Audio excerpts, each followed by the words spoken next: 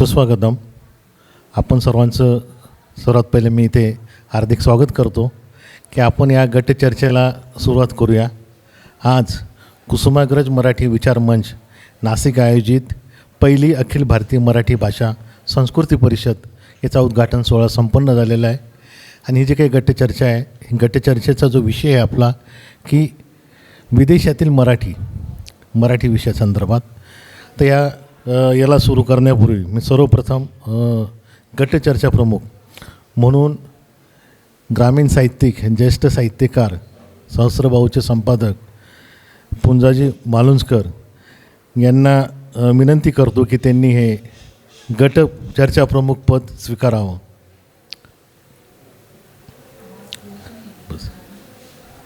धन्यवाद. टाळ्या वाजवून आपण स्वागत करूया. प्रकाश कोल्हे आपल्याकडे येणार होते, ते अजून पोचलेले नाहीत म्हणून आपण त्यांना हे केलं आहे. त्यानंतर मग सर्वात महत्त्वाचं आहे की आजचे जे काही आपल्याला जे लाभलेले आहेत समन्वयक सुदेश हिंगलाजपूरकर, दुसरं आपलं निमंत्रित सहभागी जे आहे लतिका भानुशाली या ठाण्याहून इथं आलेल्या आहेत आपल्या इथे. आणि मी सर्व आपली संस्कृती की आलेल्या पाहुण्यांचं आपण स्वागत केलं पाहिजे. तर सर्वात पहिले मी यांना विनंती करतो, पुंजाजी मालुंजकर यांना, की त्यांनी आपलं जे आहेत आपले सुरेश हिंगलाजपूरकर यांचं स्वागत करावं. टाळ्याने स्वागत करूया आपण त्यांचं. हो हो. दुसरं जे आपल्याला निमंत्रित सहभागी लाभलेले आहे लतिका भानुशाली यांचं थोडक्यात परिचय करून देतो मी की प्राध्यापक डॉक्टर लतिका भानुशाली या आपल्या ठाण्याहून इथं आलेल्या आहेत. त्यांचं आमचा बाप आणि आम्ही मराठी वाङ्मयी पर्यावरण याच्यामध्ये त्यांनी PhD केलेली आहे. त्याचप्रमाणे त्यांना शरदचंद्र मनोहर भालेराव या नावाचं उत्कृष्ट प्रबंधमानाचं पुरस्कार मिळालेला आहे. त्यानंतर त्यांचं ग्रंथाली प्रकाशनाचे ते सदस्य आहेत. त्यांचा जर बायोडाटा बघितला तर बराच मला वेळ जाईल, त्याच्यामध्ये थोडक्यात सांगतो आहे. त्यांचं पुस्तक जे आहे ते कोलाज म्हणून आहे, अमेरिकेच्या अंतरंगात हे पुस्तक प्रकाशित केलेलं आहे.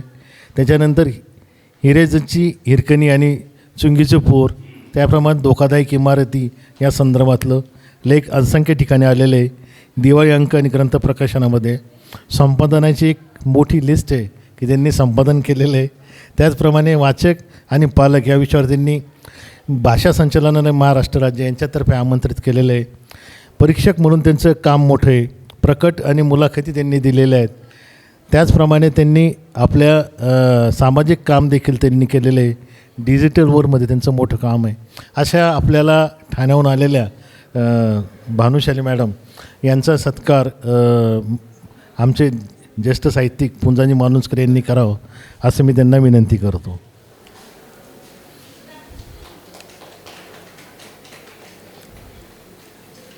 त्याचप्रमाणे आपल्याला जे आता गटचर्चा प्रमुख लाभलेले आहेत आपले पुंजाजी मालुंजकर सर यांचा सत्कार देशपांडे सरांनी करावा असं मी त्यांना विनंती करतो. आपण टाळ्या वाजवून त्यांचं स्वागत करूया. मी भानुशाली मॅडम यांना विनंती करतो की त्यांनी आपला जो विषय विदेशातील मराठी या विषयावर आपले मत व्यक्त करावं. नमस्कार.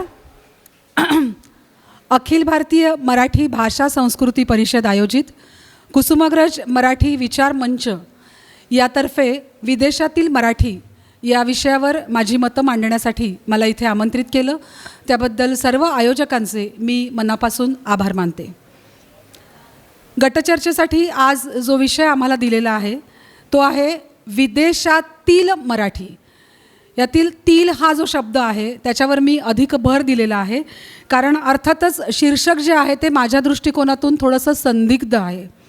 मराठी हा शब्द इथे कोणत्या अर्थाने घ्यावा हे स्पष्ट केलेलं नसल्यामुळे मराठी भाषा की मराठी संस्कृती की मराठी रूढी आणि परंपरा की मराठी खाद्यसंस्कृती की मराठी पेहराव संस्कृती या दृष्टिकोनातील विदेशी मराठी असा विषय मांडायचं असं मी ठरवलेलं आहे, कारण शीर्षकामध्ये बऱ्यापैकी संदिग्धता आहे. सगळ्याच आयामांच्या अनुषंगाने मी माझं मत, माझे विचार आणि माझे अनुभव या निमित्ताने इथे मांडत आहे. इंटरनेट हीच गोष्ट जिथे स्वप्नवत होती, टेलिफोनवर बोलणंसुद्धा जिथे दुरापास्त होतं, अशा काळात ज्या माणसांनी परदेशाची वाट धरली त्या पिढीने मातृभाषेच्या ओढीने, संस्कृती आणि भाषेच्या प्रेमाने मायभूमीच परक्या देशामध्ये उभी करण्याचा प्रयत्न केला. आणि याचं मूर्तिमंत उदाहरण म्हणजे जगभरातील मराठी मंडळींनी स्थापन केलेली बृहन महाराष्ट्र मंडळं. अर्थातच वेगवेगळ्या शहरांमध्ये जगभरातील वेगवेगळे देश आणि त्यातली शहरं यांच्यामध्ये या बृहन महाराष्ट्र मंडळातर्फे दरवर्षी किंवा 1 वर्षाआड किंवा 3 वर्षाआड अधिवेशनं साजरी होतात. आणि त्या निमित्तानं मराठी भाषा, मराठी संस्कृती आणि त्याला अनुषंगून असणारे इतर कार्यक्रम याचं आयोजन हे खूप मोठ्या प्रमाणावर केलं जातं. आत्ताच या ठिकाणी एक परिसंवाद आयोजित केला होता, ज्याच्यामध्ये मराठीची अवनती असा एक शब्दप्रयोग वापरला गेलेला होता. आणि त्यामध्ये बऱ्याच जणांनी महाराष्ट्रामध्ये मराठीची कशी गळचेपी होत आहे याविषयी आपली मतं हिरिहिरीने व्यक्त केली.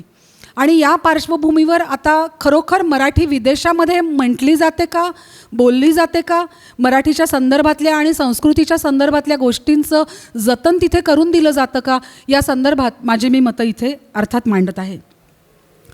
परदेशात गेलेल्या मराठी माणसांपुढे 2 प्रश्न असतात. एक म्हणजे त्यांचं भाषेवर प्रेम असतं आणि माणूस जेव्हा आपला प्रांत सोडतो, आपली भाषा बोलणाऱ्या लोकांपासून तो दूर जातो, तेव्हा तो भाषिक अस्मितेविषयी अधिक टोकदार होतो, अधिक जागृत होतो. आणि याच भावनेतून मराठी माणसांपुढे जे प्रश्न निर्माण झाले भारत सोडल्यानंतर, त्याचा आपण आढावा घेऊया. 50-1 वर्षापूर्वी जी मराठी माणसं इथनं गेली ती बहुतांशी सगळी मराठी माध्यमातून शिकलेली होती. त्यामुळे मराठी भाषा असेल, मराठी संस्कृती असेल, भाषेच्या अनुषंगाने होणारे इतर कार्यक्रम, मग काव्यसंमेलन असेल, मराठी गाणी असतील, मराठी साहित्य असेल, नाटकं असेल, हे सगळं त्यांच्या हृदयाच्या कोपऱ्यामध्ये कुठेतरी घट्ट बसलेलं होतं. इंटरनेट नव्हता, यूट्यूबसारखी साधनं नव्हती, मीडिया नव्हता. त्यामुळे भारत मिस करणं हे त्यांना सातत्याने जाणवत होतं. आणि अशा वेळेला या माणसांनी मग प्रयत्न सुरू केले की निदान मग आपली भाषा आणि आपली संस्कृती परदेशामध्ये उभी करता येईल का. बरं, विमानांची तिकीटं आणि विमानांची उपलब्धता ही सुद्धा इतकी कमी होती की आता जसं वारंवार भारतामध्ये येणं ह्या परदेशस्थ मराठी लोकांना शक्य होतं, तसं त्यावेळेला नव्हतं. आणि म्हणून 40 वर्षापूर्वी जे प्रयत्न झाले त्याची पहिल्यांदा आपण दखल घेऊया आणि कशा पद्धतीने तिथे मराठी रुजवण्याचा प्रयत्न सुरू झाला ते आपण पाहूया. या मराठी माणसांपुढे असलेला पहिला प्रश्न होता तो म्हणजे काही जण आपली मुलं लहान असताना परदेशामध्ये स्थिरावली. काही जणांचं असं झालं की परदेशामध्ये स्थिरावल्यानंतर मुलांचा जन्म झाला. दोन्ही पालकांच्या अपेक्षा होत्या की आपल्या मुलांना संवाद साधण्या इतपत तरी मराठी आलं पाहिजे. आणि त्यातून त्यांच्या ज्या धडपडी होत्या त्या सगळ्या सुरू झालेल्या आहेत. अर्थात हे सुरू असताना आणखीन मिश्र समाजाचं मोठं आव्हान होतं. एक कपलमधलं म्हणजे जोडपं असेल तर त्याच्यामध्ये एक जण मराठी आणि दुसरा भारतातील इतर प्रांतातला कोणीतरी पार्टनर असं कपल होऊ शकत होतं. किंवा एक मराठी आणि विदेशी माणूस किंवा विदेशी स्त्री, त्यांच्या मुलांनाही मराठी शिकावंसं वाटत होतं किंवा त्यातल्या पार्टनरला वाटत होतं की आपल्या मुलाला निदान आपली मातृभाषा तोंड देखली संवादात्मक तरी आली पाहिजे. आणि या धडपडीतून तिथे खूप मोठ्या प्रमाणामध्ये प्रयत्न सुरू झाले भाषेचं जतन करण्यासाठी. 1993 पासून ग्रंथाली प्रकाशनाच्या वतीनं आमचे विश्वस्त सुदेश हिंगलाजपूरकर हे अमेरिकेतल्या बृहन महाराष्ट्र मंडळाची अधिवेशनं जी आहेत त्याला नियमितपणे मराठी पुस्तकं घेऊन तिथे जात आहेत. 2013 पासून त्यांच्याबरोबर आम्ही ग्रंथालीच्या इतर लोकांनी जायला सुरुवात केली आणि खऱ्या अर्थाने आम्हाला जाणवलं की भारताच्या बाहेर मराठी टिकवण्यासाठी कोणते प्रयत्न होत आहेत. लेटेस्ट उदाहरण देते 2024चं, कारण त्याच्या आधीही अनेक संमेलनं आम्ही घडवली. पण 24चं सॅन होजेमध्ये जे ग्रंथांचं संमेलन घडवलं होतं आणि अधिवेशन घडवलं होतं त्याच्यामध्ये तब्बल 6,000 मराठी माणसांनी आपली नोंदणी केली होती. एका अधिवेशनाला भारताच्या बाहेर महाराष्ट्राच्या बाहेर 6,000 लोक एकत्र येऊन आपली नोंदणी करतात आणि प्रत्येक कार्यक्रमाला त्यांनी समांतर कार्यक्रम ठेवले होते. आपल्याकडे एखाद्या कार्यक्रमाला महाराष्ट्रामध्ये 10 ते 12 कोटीची मराठी बोलणारी लोकसंख्या असताना कार्यक्रमाला माणसं जमवणं हे कठीण होतं. त्यावेळेला मला प्रश्न पडला होता की समांतर ठेवलेल्या कार्यक्रमांना प्रेक्षक वर्ग मिळेल का.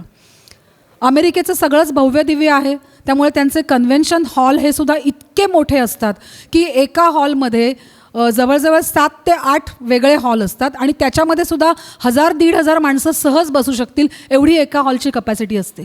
त्यामुळे माझ्या डोळ्यासमोर प्रश्न होता की हे सगळं रिकामं असणार.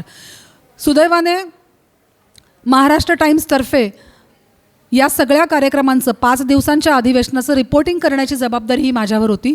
त्यामुळे प्रत्येक कार्यक्रम अटेंड करून तो रोजच्या रोज रात्री त्याचं वार्तांकन करून भारतामध्ये ते पोहोचवणं हे माझं काम होतं. त्यामुळे मी प्रत्येक कार्यक्रम अटेंड केला आणि प्रत्येक कार्यक्रमाचे महत्त्वाचे विषय काय आहेत हे तिथे पाहण्याचा प्रयत्न केला. आणि तेव्हा मला कळलं की एकही सभागृह रिकामं नाही. प्रत्येक कार्यक्रमाला 700 ते 800 लोकांची उपस्थिती होती. याहीपेक्षा पलीकडे मला आश्चर्याची आणि अत्यंत सुखद धक्का असा होता की पूर्वीच्या काळी स्वरूप असं होतं की महाराष्ट्रातल्या कलाकारांना बोलवायचं आणि त्यांच्या तर्फे मनोरंजनाचे कार्यक्रम आयोजित करायचे आणि मग तिथल्या मराठी लोकांनी या कार्यक्रमाचा आस्वाद घ्यायचा. आता स्वरूप असं बदललेलं आहे की ते म्हणतात की आम्हीही सक्षम आहोत, आम्हालाही येतं आहे हे सगळं, तर काही कार्यक्रम तिथल्या लोकांनी करावेत आणि काही कार्यक्रम भारतातल्या किंवा महाराष्ट्रातल्या लोकांनी करावे. आणि या पद्धतीने स्थानिक लोकांनी तिथे प्रचंड मोठ्या प्रमाणामध्ये मराठी कार्यक्रमांचं आयोजन करायला सुरुवात केली.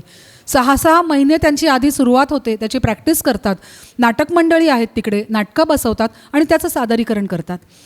यावेळेला सगळ्यात मोठा छान असा धक्का होता. मी सुरुवात अमेरिकेचीच केलेली आहे, जगभरातल्या मंडळांपर्यंत येते आहे मी, पण सगळ्यात भव्य अधिवेशन हे अमेरिकेत भरतं म्हणून त्याविषयी मी जरा जास्त सांगते आहे. या अधिवेशनांचं असं महत्त्व होतं की लहान मुलांसाठी म्हणून त्यांनी एक स्वतंत्र दालन ठेवलं होतं. जवळजवळ 700 ते 800 लोक एका वेळेला बसू शकतील अशा दालनामध्ये सभागृह गच्च भरलेलं होतं. पालक आणि त्यांची मुलं ही अत्यंत उत्साहाने आणि हिरीहिरीने यामध्ये भाग घेण्यासाठी आले होते. यामध्ये सगळ्यात मला आश्चर्य आणि आनंदाची गोष्ट होती की लहान मुलांनी भारुडं सादर केली, लहान मुलांनी अभंग सादर केले, काव्यवाचनाचे कार्यक्रम होते. अन्वयी काळे नावाची एक मुलगी उभी राहिली आणि खूप आनंदाने म्हणाली की मी जी कविता सादर करणार आहे ती माझ्या आजोबांनी लिहिलेली कविता आहे. आणि आम्ही उत्साहाने ती ऐकायला तयार होतो. आणि मग स्वप्नात पाहिली राणीची बाग वगैरे तिने विंदा करंदीकरांच्या कविता म्हटल्या आणि नंतर सांगितलं की मी त्यांची पणती आहे. तर हाही खूप मोठा सुखद असा आम्हाला धक्का होता. जाणता राजा त्या मुलांनी तिथे सादर केलं. महेश काळे यांच्या मार्गदर्शनाखाली सुगम संगीताचे कार्यक्रम, शास्त्रीय संगीताचे कार्यक्रम होते, तेही लहान मुलांनी सादर केले. आणि या सगळ्या लहान मुलांचं वैशिष्ट्य म्हणजे त्यांच्या बोलण्यामध्ये कुठेही अमेरिकन ॲक्सेंट नव्हता. अत्यंत सुंदर असं मराठी हे बोलत होते की मी तिथे जाऊन संपर्क साधला आणि त्यांना विचारलं की ही भारतातनं आलेली मुलं आहेत का. आणि त्यावेळेला तिथल्या सविता मोरे नावाच्या मॅडम होत्या आयोजन करणाऱ्या, त्यांनी मला माहिती दिली की बृहन महाराष्ट्र मंडळाच्या अंतर्गत संपूर्ण जगभरामध्ये 85 मराठी शाळा आम्ही चालवतो आणि त्या शाळांची त्यांनी संपूर्णपणे माहिती दिली. नॉर्मल शाळा यांच्या सोमवार ते शुक्रवारी असतात, त्यामुळे शनिवार आणि रविवार ह्या तिथे मराठी शाळा भरतात. आणि आम्हाला जे कार्यक्रम तिथे पाहायला मिळाले ते सगळं संमेलन तिथे आयोजित झालेलं होतं. त्यात लहान मुलांचा हा जो सहभाग होता तो सुखावणारा होता, कारण या पिढीने फक्त मराठी स्वतःपुरता ठेवलं नाही तर ते पुढच्या पिढीपर्यंत जाऊन पोहोचवण्याचा प्रयत्न केला. मग त्यातनं त्यांनी काय काय प्रयत्न केले तर वेगवेगळ्या कार्यक्रमांना आयोजित केलं. त्यात तरुणांना तर त्यांनी सहभागी केलेलंच होतं, पण लहान मुलांना सहभागी केलेलं होतं. या अधिवेशनामध्ये त्यांनी 350वा शिवराज्याभिषेक दिन वर्धापन सोहळा जो होता तो साजरा केला आणि त्यानिमित्ताने शिवाजी महाराजांचं चरित्र, त्यांच्या उद्बोधक आणि उत्साहवर्धक अशा प्रेरणादायी गोष्टी लहान मुलांपर्यंत पोहोचवण्याचा प्रयत्न केला आणि मुलांनी अत्यंत ताकदीने जाणता राजा तिथे सादर केलं. हे सगळं त्या मुलांनी केलेलं काम होतं, त्याचं श्रेय अर्थातच शनिवारी रविवारी भरणाऱ्या या शाळांना जातं. 2009 साली फिलाडेल्फिया येथे जे बृहन महाराष्ट्र मंडळाचं अधिवेशन होतं त्याच्यामध्ये मराठी शाळा सुरू करण्याचा प्रस्ताव पहिल्यांदा अमेरिकेमध्ये मांडला गेला आणि पहिली शाळा सुरू झाली. सुरुवातीला भारती विद्यापीठाच्या अभ्यासक्रमाची जी पुस्तकं होती ती मराठी शाळेमध्ये लावली. 2023मध्ये महाराष्ट्र शासनाची करार केला आणि त्या अनुषंगाने बालभारतीची पुस्तकं 2024पासून लावणार आहेत असं त्यावेळेला त्यांनी मला सांगितलं. ती अजून लावली आहेत किंवा नाही ते मला कल्पना नाही आहे. याच्यानंतर याच बृहन महाराष्ट्र मंडळाच्या मार्फत तिथे कथांचं पॉडकास्ट चालवलं जातं. हे वर्षभर असतं. तिथे लहान मुलांसाठी कथा सांगितल्या जातात आणि मोठ्या माणसांसाठी सुद्धा कथा असतात. लहान मुलांच्या कथेंमध्ये साधारणपणे महाराष्ट्रातली ऐतिहासिक व्यक्तिमत्व, महाराष्ट्रातली थोर उत्तुंग स्वातंत्र्यसेनानी या सगळ्यांची ओळख करून दिली जाते. मग ते बाल गंगाधर टिळक असतील, स्वातंत्र्यवीर सावरकर असतील, वेगवेगळे सण आयोजित केले जातात आणि मुलांना पहिल्यांदा संस्कृती आपली काय आहे ती समजावून देण्याचा प्रयत्न केला जातो. अमेरिका, UK, डेन्मार्क, ऑस्ट्रेलिया आणि कॅनडा या देशांमध्ये BMM तर्फे 85 शाळा सध्या कार्यरत आहेत. शिक्षकी पेशेमधले प्रशिक्षण घेतलेला एकही शिक्षक या शाळेत शिकवत नाही, तर उच्च पदांवर काम करणारे भारतीय स्वयंसेवक म्हणून या शाळांमध्ये शिकवतात. बृहन महाराष्ट्र मंडळातर्फे त्यांना प्रशिक्षण दिलं जातं. सरकारतर्फे अर्थातच कोणतीही मदत मिळत नाही. प्रत्येक विद्यार्थ्याकडून वार्षिक $150 अशी फी आकारली जाते आणि त्यातून शाळेचा खर्च भागतो. प्रत्येक शाळेचा एक समन्वयक असतो आणि तो इतर शाळांबरोबर संपर्क ठेवतो. त्यामुळे या सगळ्या शाळा आपापसामध्ये जोडलेल्या आहेत. एखादा उपक्रम राबवायचा असेल तिथे तर नॉन प्रॉफिट ॲक्टिव्हिटी या कॅटेगरीमध्ये शाळांना भाड्यामध्ये सवलत मिळते. त्याचाच फायदा ही मंडळी करून घेतात. लोकल स्कूलमध्ये जेव्हा ही मुलं जातात पुढे 10वी नंतर, तेव्हा या अभ्यासक्रमाचा म्हणजे 2 दिवसाची जी शाळा असते त्याचं प्रमाणपत्र क्रेडिट मिळतं या मुलांना, या प्रमाणपत्राचं. त्यामुळे त्यांना पुढच्या पदवीसाठी त्याचा फायदा होतो. अर्थात अमेरिकेच्या इतर पदव्या ह्या त्यांना प्राप्त करायलाच लागतात. डेमोक्रॅटिक पक्षाचे सदस्य आणि मिशिगनचे अमेरिकन प्रतिनिधी श्रीनिवास ठाणेदार, मिशिगन हाऊस ऑफ रिप्रेझेंटेटिव्ह यांच्याकडे या शाळांनी प्रस्ताव पाठवलेला आहे की हे क्रेडिट पुढच्या अभ्यासक्रमासाठी, उच्च शिक्षणासाठी सुद्धा ग्राह्य धरावेत, म्हणजे इथल्या मुलांना मराठी शिकण्याची अधिक प्रेरणा मिळेल. कोविडच्या काळामध्ये सुद्धा ऑनलाईन या शाळा सुरू होत्या आणि त्यावेळेला ऑनलाईनची सवय झाली, ती आजही त्यांनी ठेवलेली आहे. त्यामुळे काही वेळेला प्रत्यक्ष शाळा भरवणं शक्य झालं नाही तरी ऑनलाईन शाळांमध्ये मात्र खंड पडत नाही आहेत. पालकांची जबाबदारी इथे खूप मोठी असते, कारण जे शाळांमध्ये शिकवलं जातं, मग ते गाणी असतील, कविता असतील, त्या पाठ करून मुलांना पुढे सादर करायच्या असतात, मराठीतल्या ह्या सगळ्या. त्यामुळे पालक मेहनत घेतात. त्यांनाही वाटतं की आपल्या मुलांनी हे सगळं करावं. त्याच्या जोडीने संस्कृत श्लोक, त्याचं पठण, स्तोत्र, अभंगांचं वाचन आणि पठण, या अशा गोष्टी तिथे सातत्याने मुलांवर बिंबवल्या जातात. शाळांमध्ये वेगवेगळे उपक्रम राबवले जातात. त्याच्यामध्ये गणपतीच्या वेळेला मातीचा गणपती बनवणं, गुढी उभारणं आणि त्यातून मराठमोळ्या संस्कृतीची ओळख तर होतेच, पण संस्कृतीशी संबंधित अनेक शब्दांची ओळख होते. त्यामुळे आधी शब्दांची ओळख करून दिली जाते आणि मग त्यांना अक्षरांकडे वळवलं जातं आणि त्यातून अक्षरातनं शब्द कसे लिहायचे ते त्यांना शिकवलं जातं. त्यामुळे आधी भाषा कानावर कशी पडेल याची व्यवस्था या शाळांमध्ये केली जाते. मुलांचा शब्दसाठा आधी वाढवतात आणि मग त्याच्यावर आधारित नृत्य, गाणी असे कार्यक्रम असतात. त्यामुळे ही शनिवार रविवारची शाळा मुलांसाठी कोणतंही ओझं न ठरता खेळण्याची आणि मजामस्ती करण्याची शाळा होते आणि मुलं हळूहळू शाळेमध्ये रमायला लागतात. बऱ्याच अधिवेशनामध्ये या मुलांसाठी शॉर्ट फिल्म बनवण्याची स्पर्धा ठेवलेली होती, एकांकिका स्पर्धा होती आणि राष्ट्रगीताची सुरुवात करायची तर कॅनडातनंही मुलं आली होती. त्यामुळे अमेरिकेच्या अधिवेशनामध्ये अमेरिका आणि कॅनडा दोघांचं राष्ट्रगीत वाजवलं गेलं आणि त्याबरोबरीने महाराष्ट्राचं राज्यगीत होतं, त्याचंही मुलांनी इथे गायन केलेलं होतं. त्यामुळे 3 भाषांना त्यांनी महत्त्व दिलेलं होतं. महाराष्ट्राच्या हातून मराठी पण निसटून जात असताना हा निसटणारा धागा घट्टपणे धरून ठेवण्याचं काम हे अमेरिकास्थित मंडळांनी केलं. इतकंच नव्हे तर इतर देशातील मराठी मंडळींना सुद्धा प्रेरणा दिली. त्यामुळे मराठीचा डौलदार झेंडा जो होता तो विदेशामध्ये फडकत आहे असं आपण म्हटलं तरी चालू शकतं. अमेरिकेवरून आता आपण UK आणि युरोपकडे जाऊया. UKमधील मराठी मंडळींचं साहित्य, संस्कृती आणि संगीत या विषयाला वाहिलेलं एक संकेतस्थळ आहे. त्या माध्यमातून पश्चिमाई असं त्रैमासिक ते प्रकाशित करतात. पट्टेलवार कुटुंब आहे, रवी दाते आहेत, कुमार जावडेकर, मुकुल आचार्य असे सगळेजण या मासिकाची जबाबदारी घेतात. आणि युरोपमध्ये आणि UKमध्ये जी मराठी माणसं लिहू इच्छित आहेत, सादरीकरण तर कार्यक्रमाचं करतातच, पण प्रत्येकाला ते जमत नाही, तर ज्यांना लिहावंसं वाटतंय, व्यक्त व्हावं वाटतंय, मग ते माध्यम काव्याचं असेल, कथेचं असेल, लघुनिबंधाचं असेल, त्या सगळ्यांना या पश्चिमाई या त्रैमासिकामध्ये स्थान देण्यात येतं. संतोष देशपांडे आणि सुप्रिया देशपांडे हे युरोपमध्ये गमभन या नावाचा सामाजिक उपक्रम चालवतात. 1917मध्ये या उपक्रमाची स्थापना झालेली आहे आणि त्याचं ब्रीदवाक्य आहे a journey to bridge the gaps. त्यांनी कशाला महत्त्व दिलेलं आहे तर युरोपियन इंडियन्सना स्वतःची ओळख मिळावी, पुढच्या पिढीला मराठी भाषा, संगीत, साहित्य यांची ओळख व्हावी म्हणून हा उपक्रम सुरू झाला आणि सुदैवाने या उपक्रमाला आता चांगलाच प्रतिसाद मिळायला लागला आहे. या UK असणाऱ्या लोकांनी मला आवर्जून सांगितलं की आमच्या इथे द्वितीय भाषा म्हणून फ्रेंच, जर्मन, मॅन्ड्रिक अशा भाषा निवडायला मुभा आहे. त्यामुळे त्यांनी असा विचार केला की ह्या तिसऱ्या भाषा लोक शिकणार आहेतच, त्याच्याऐवजी मुलांना मराठी शिकवलं तर, कारण लहान मुलांचा मेंदू हा लहान वयामध्ये जवळजवळ 85% विकसित होतो. त्यामुळे निदान द्वितीय भाषा त्यांना मराठी घेता यावी या दृष्टिकोनातून इथे सुद्धा मराठी शाळा सुरू झाल्या. 4 विद्यार्थ्यांना घेऊन युरोपमध्ये आणि UK शाळा सुरू झाल्या. आज त्याच्यामध्ये 200पेक्षा जास्त मराठी मुलं या शाळांमध्ये शिकत आहेत.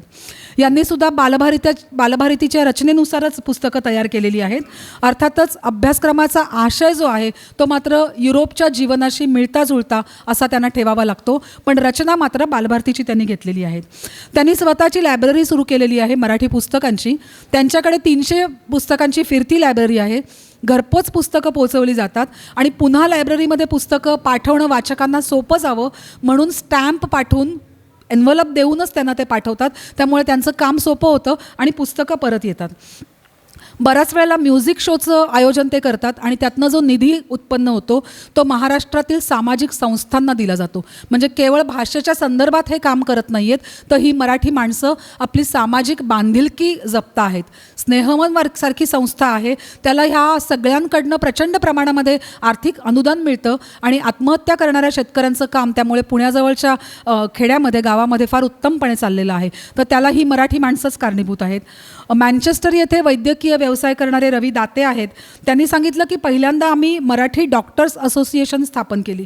मग तिचं कार्यक्षेत्र जे होतं ते विस्तारलं आणि मग नॉर्थ वेस्ट मराठी असोसिएशन, त्याला नॉर्मा म्हणतात, ते त्यांनी सुरू केलं आणि त्याद्वारे युरोपियन मराठी संमेलनं तिथे साजरी व्हायला लागली आहेत 1988 पासून.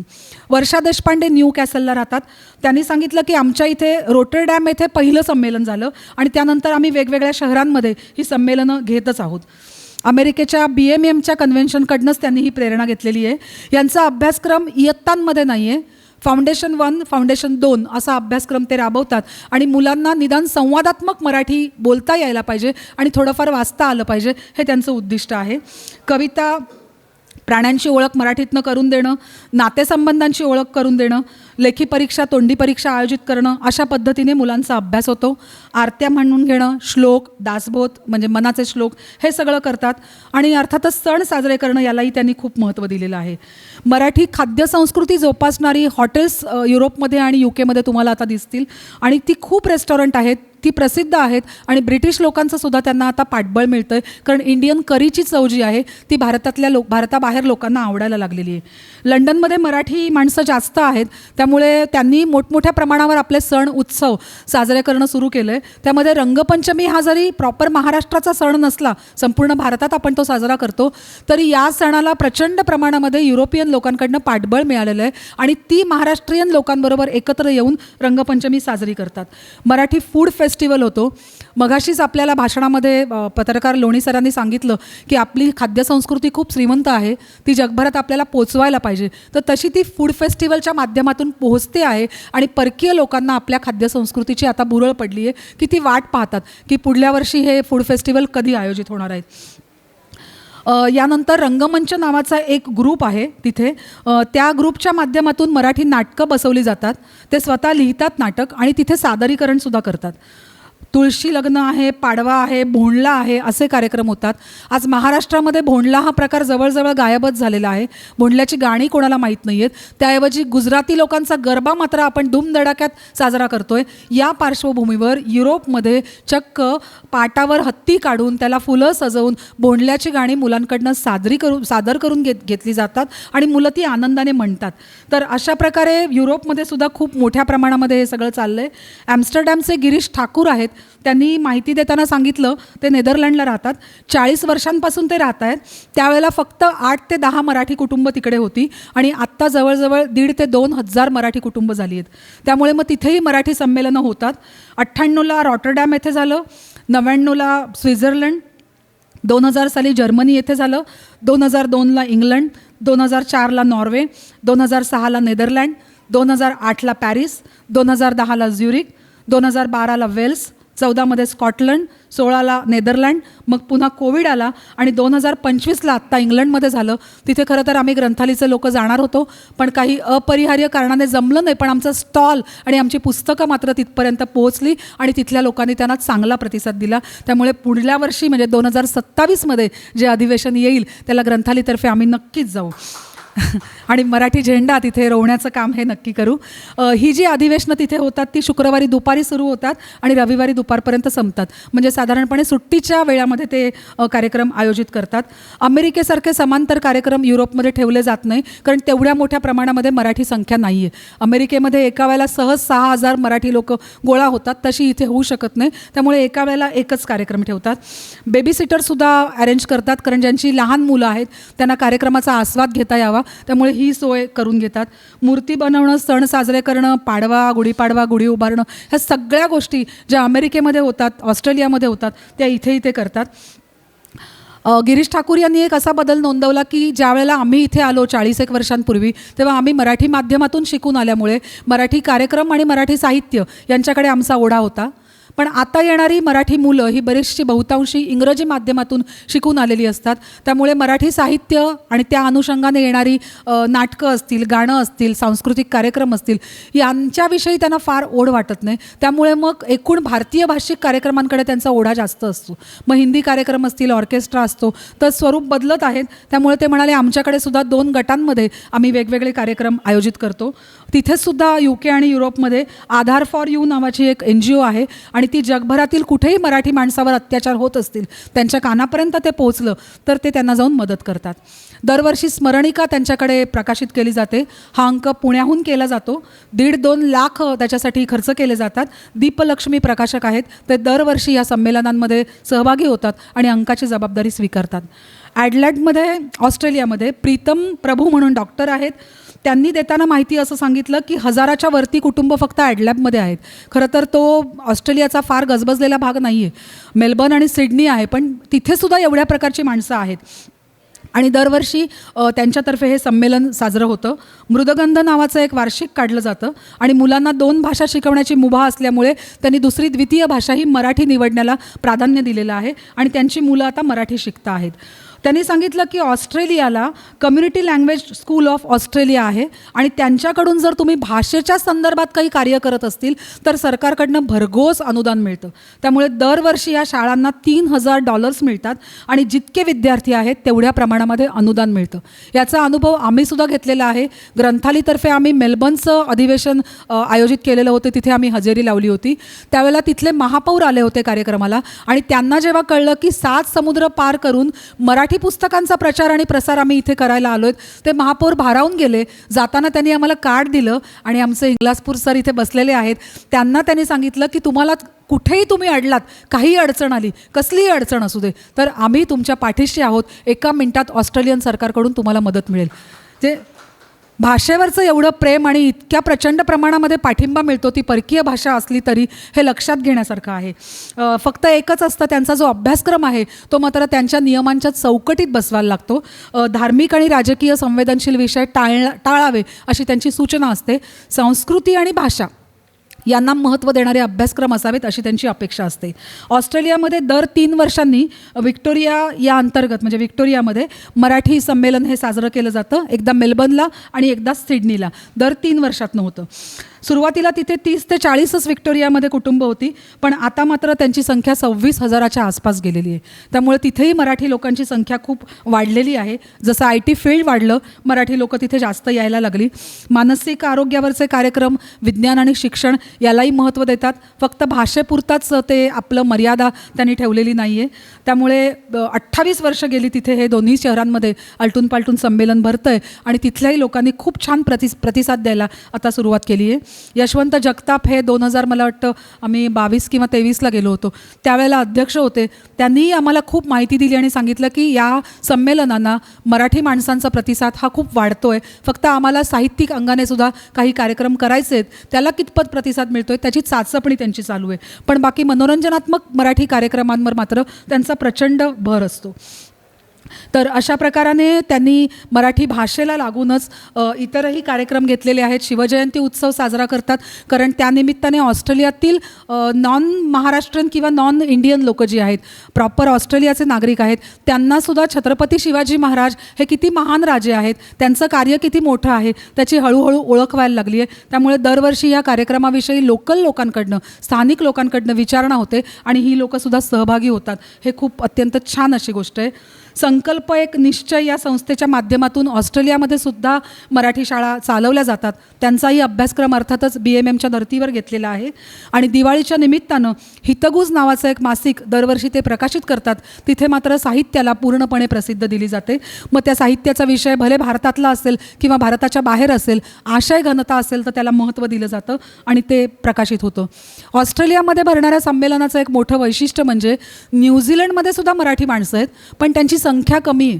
त्यामुळे त्यांना भव्य दिव्य प्रमाणामध्ये संमेलनं साजरं करणं जमत नाही. त्यामुळे ही न्यूझीलंडची सगळी माणसं ऑकलंड आणि वेलिंग्टन शहरातून ऑस्ट्रेलियामध्ये येतात आणि संमेलनाला हजेरी लावतात. त्यामुळे एकतर्फे आपण पाहायला गेला तर मराठी माणसांना एकाच छत्राखाली गोळा करून आपली भाषा, आपली संस्कृती, आपल्या रूढी, आपल्या परंपरा यांविषयी आदानप्रदान करण्याची एक खूप मोठी प्रक्रिया परदेशामध्ये चालू आहे. आणि मला वाटतं हे खूप प्रेरणादायी आहे किंवा आपल्यालाही त्यातनं काही वेगळा विचार करण्याची गरज आहे. न्यूझीलंडमध्ये सुद्धा झुंजू मुंजू नावाचं मराठी मासिक प्रकाशित होतं आणि त्या माध्यमातून मराठी साहित्याला पुढच्या पातळीवर घेऊन जाण्याचा त्यांचा सातत्याने प्रयत्न असतो.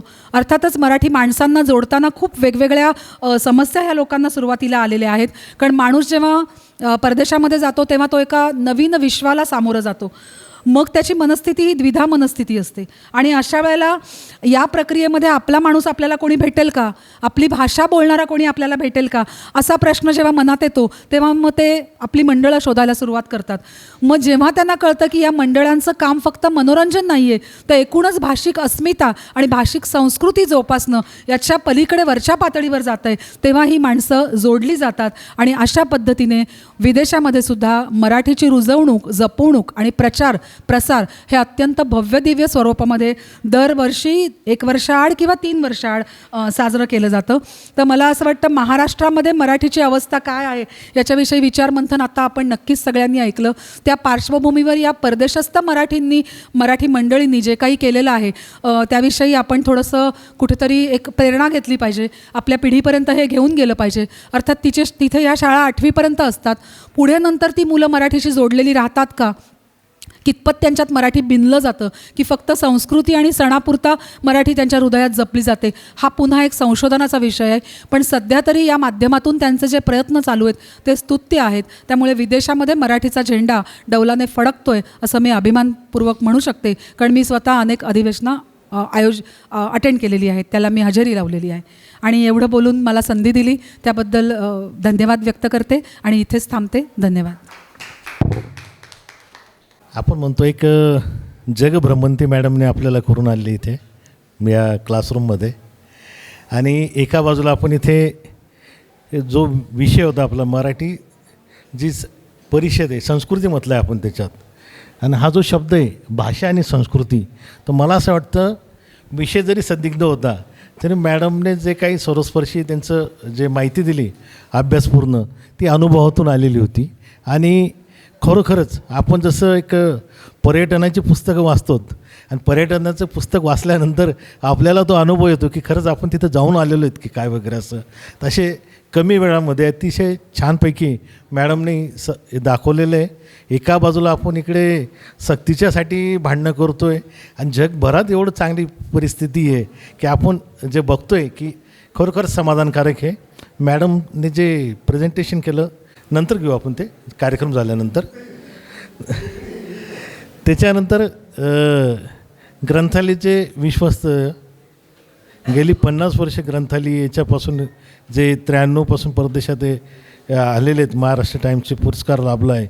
असे आपले जे पुढचे जे वक्ते आहेत आपले सुदेश हिंगलाजपूरकर यांना मी निमंत्रित करतो की त्यांनी त्यांचे विचार इथे मांडावे आणि आपल्याला वेळेचं बंधन म्हणजे नाही आहे, आपल्याला छानपैकी ते मुक्त व्हायचं आहे, व्यक्त व्हायचं छानपैकी.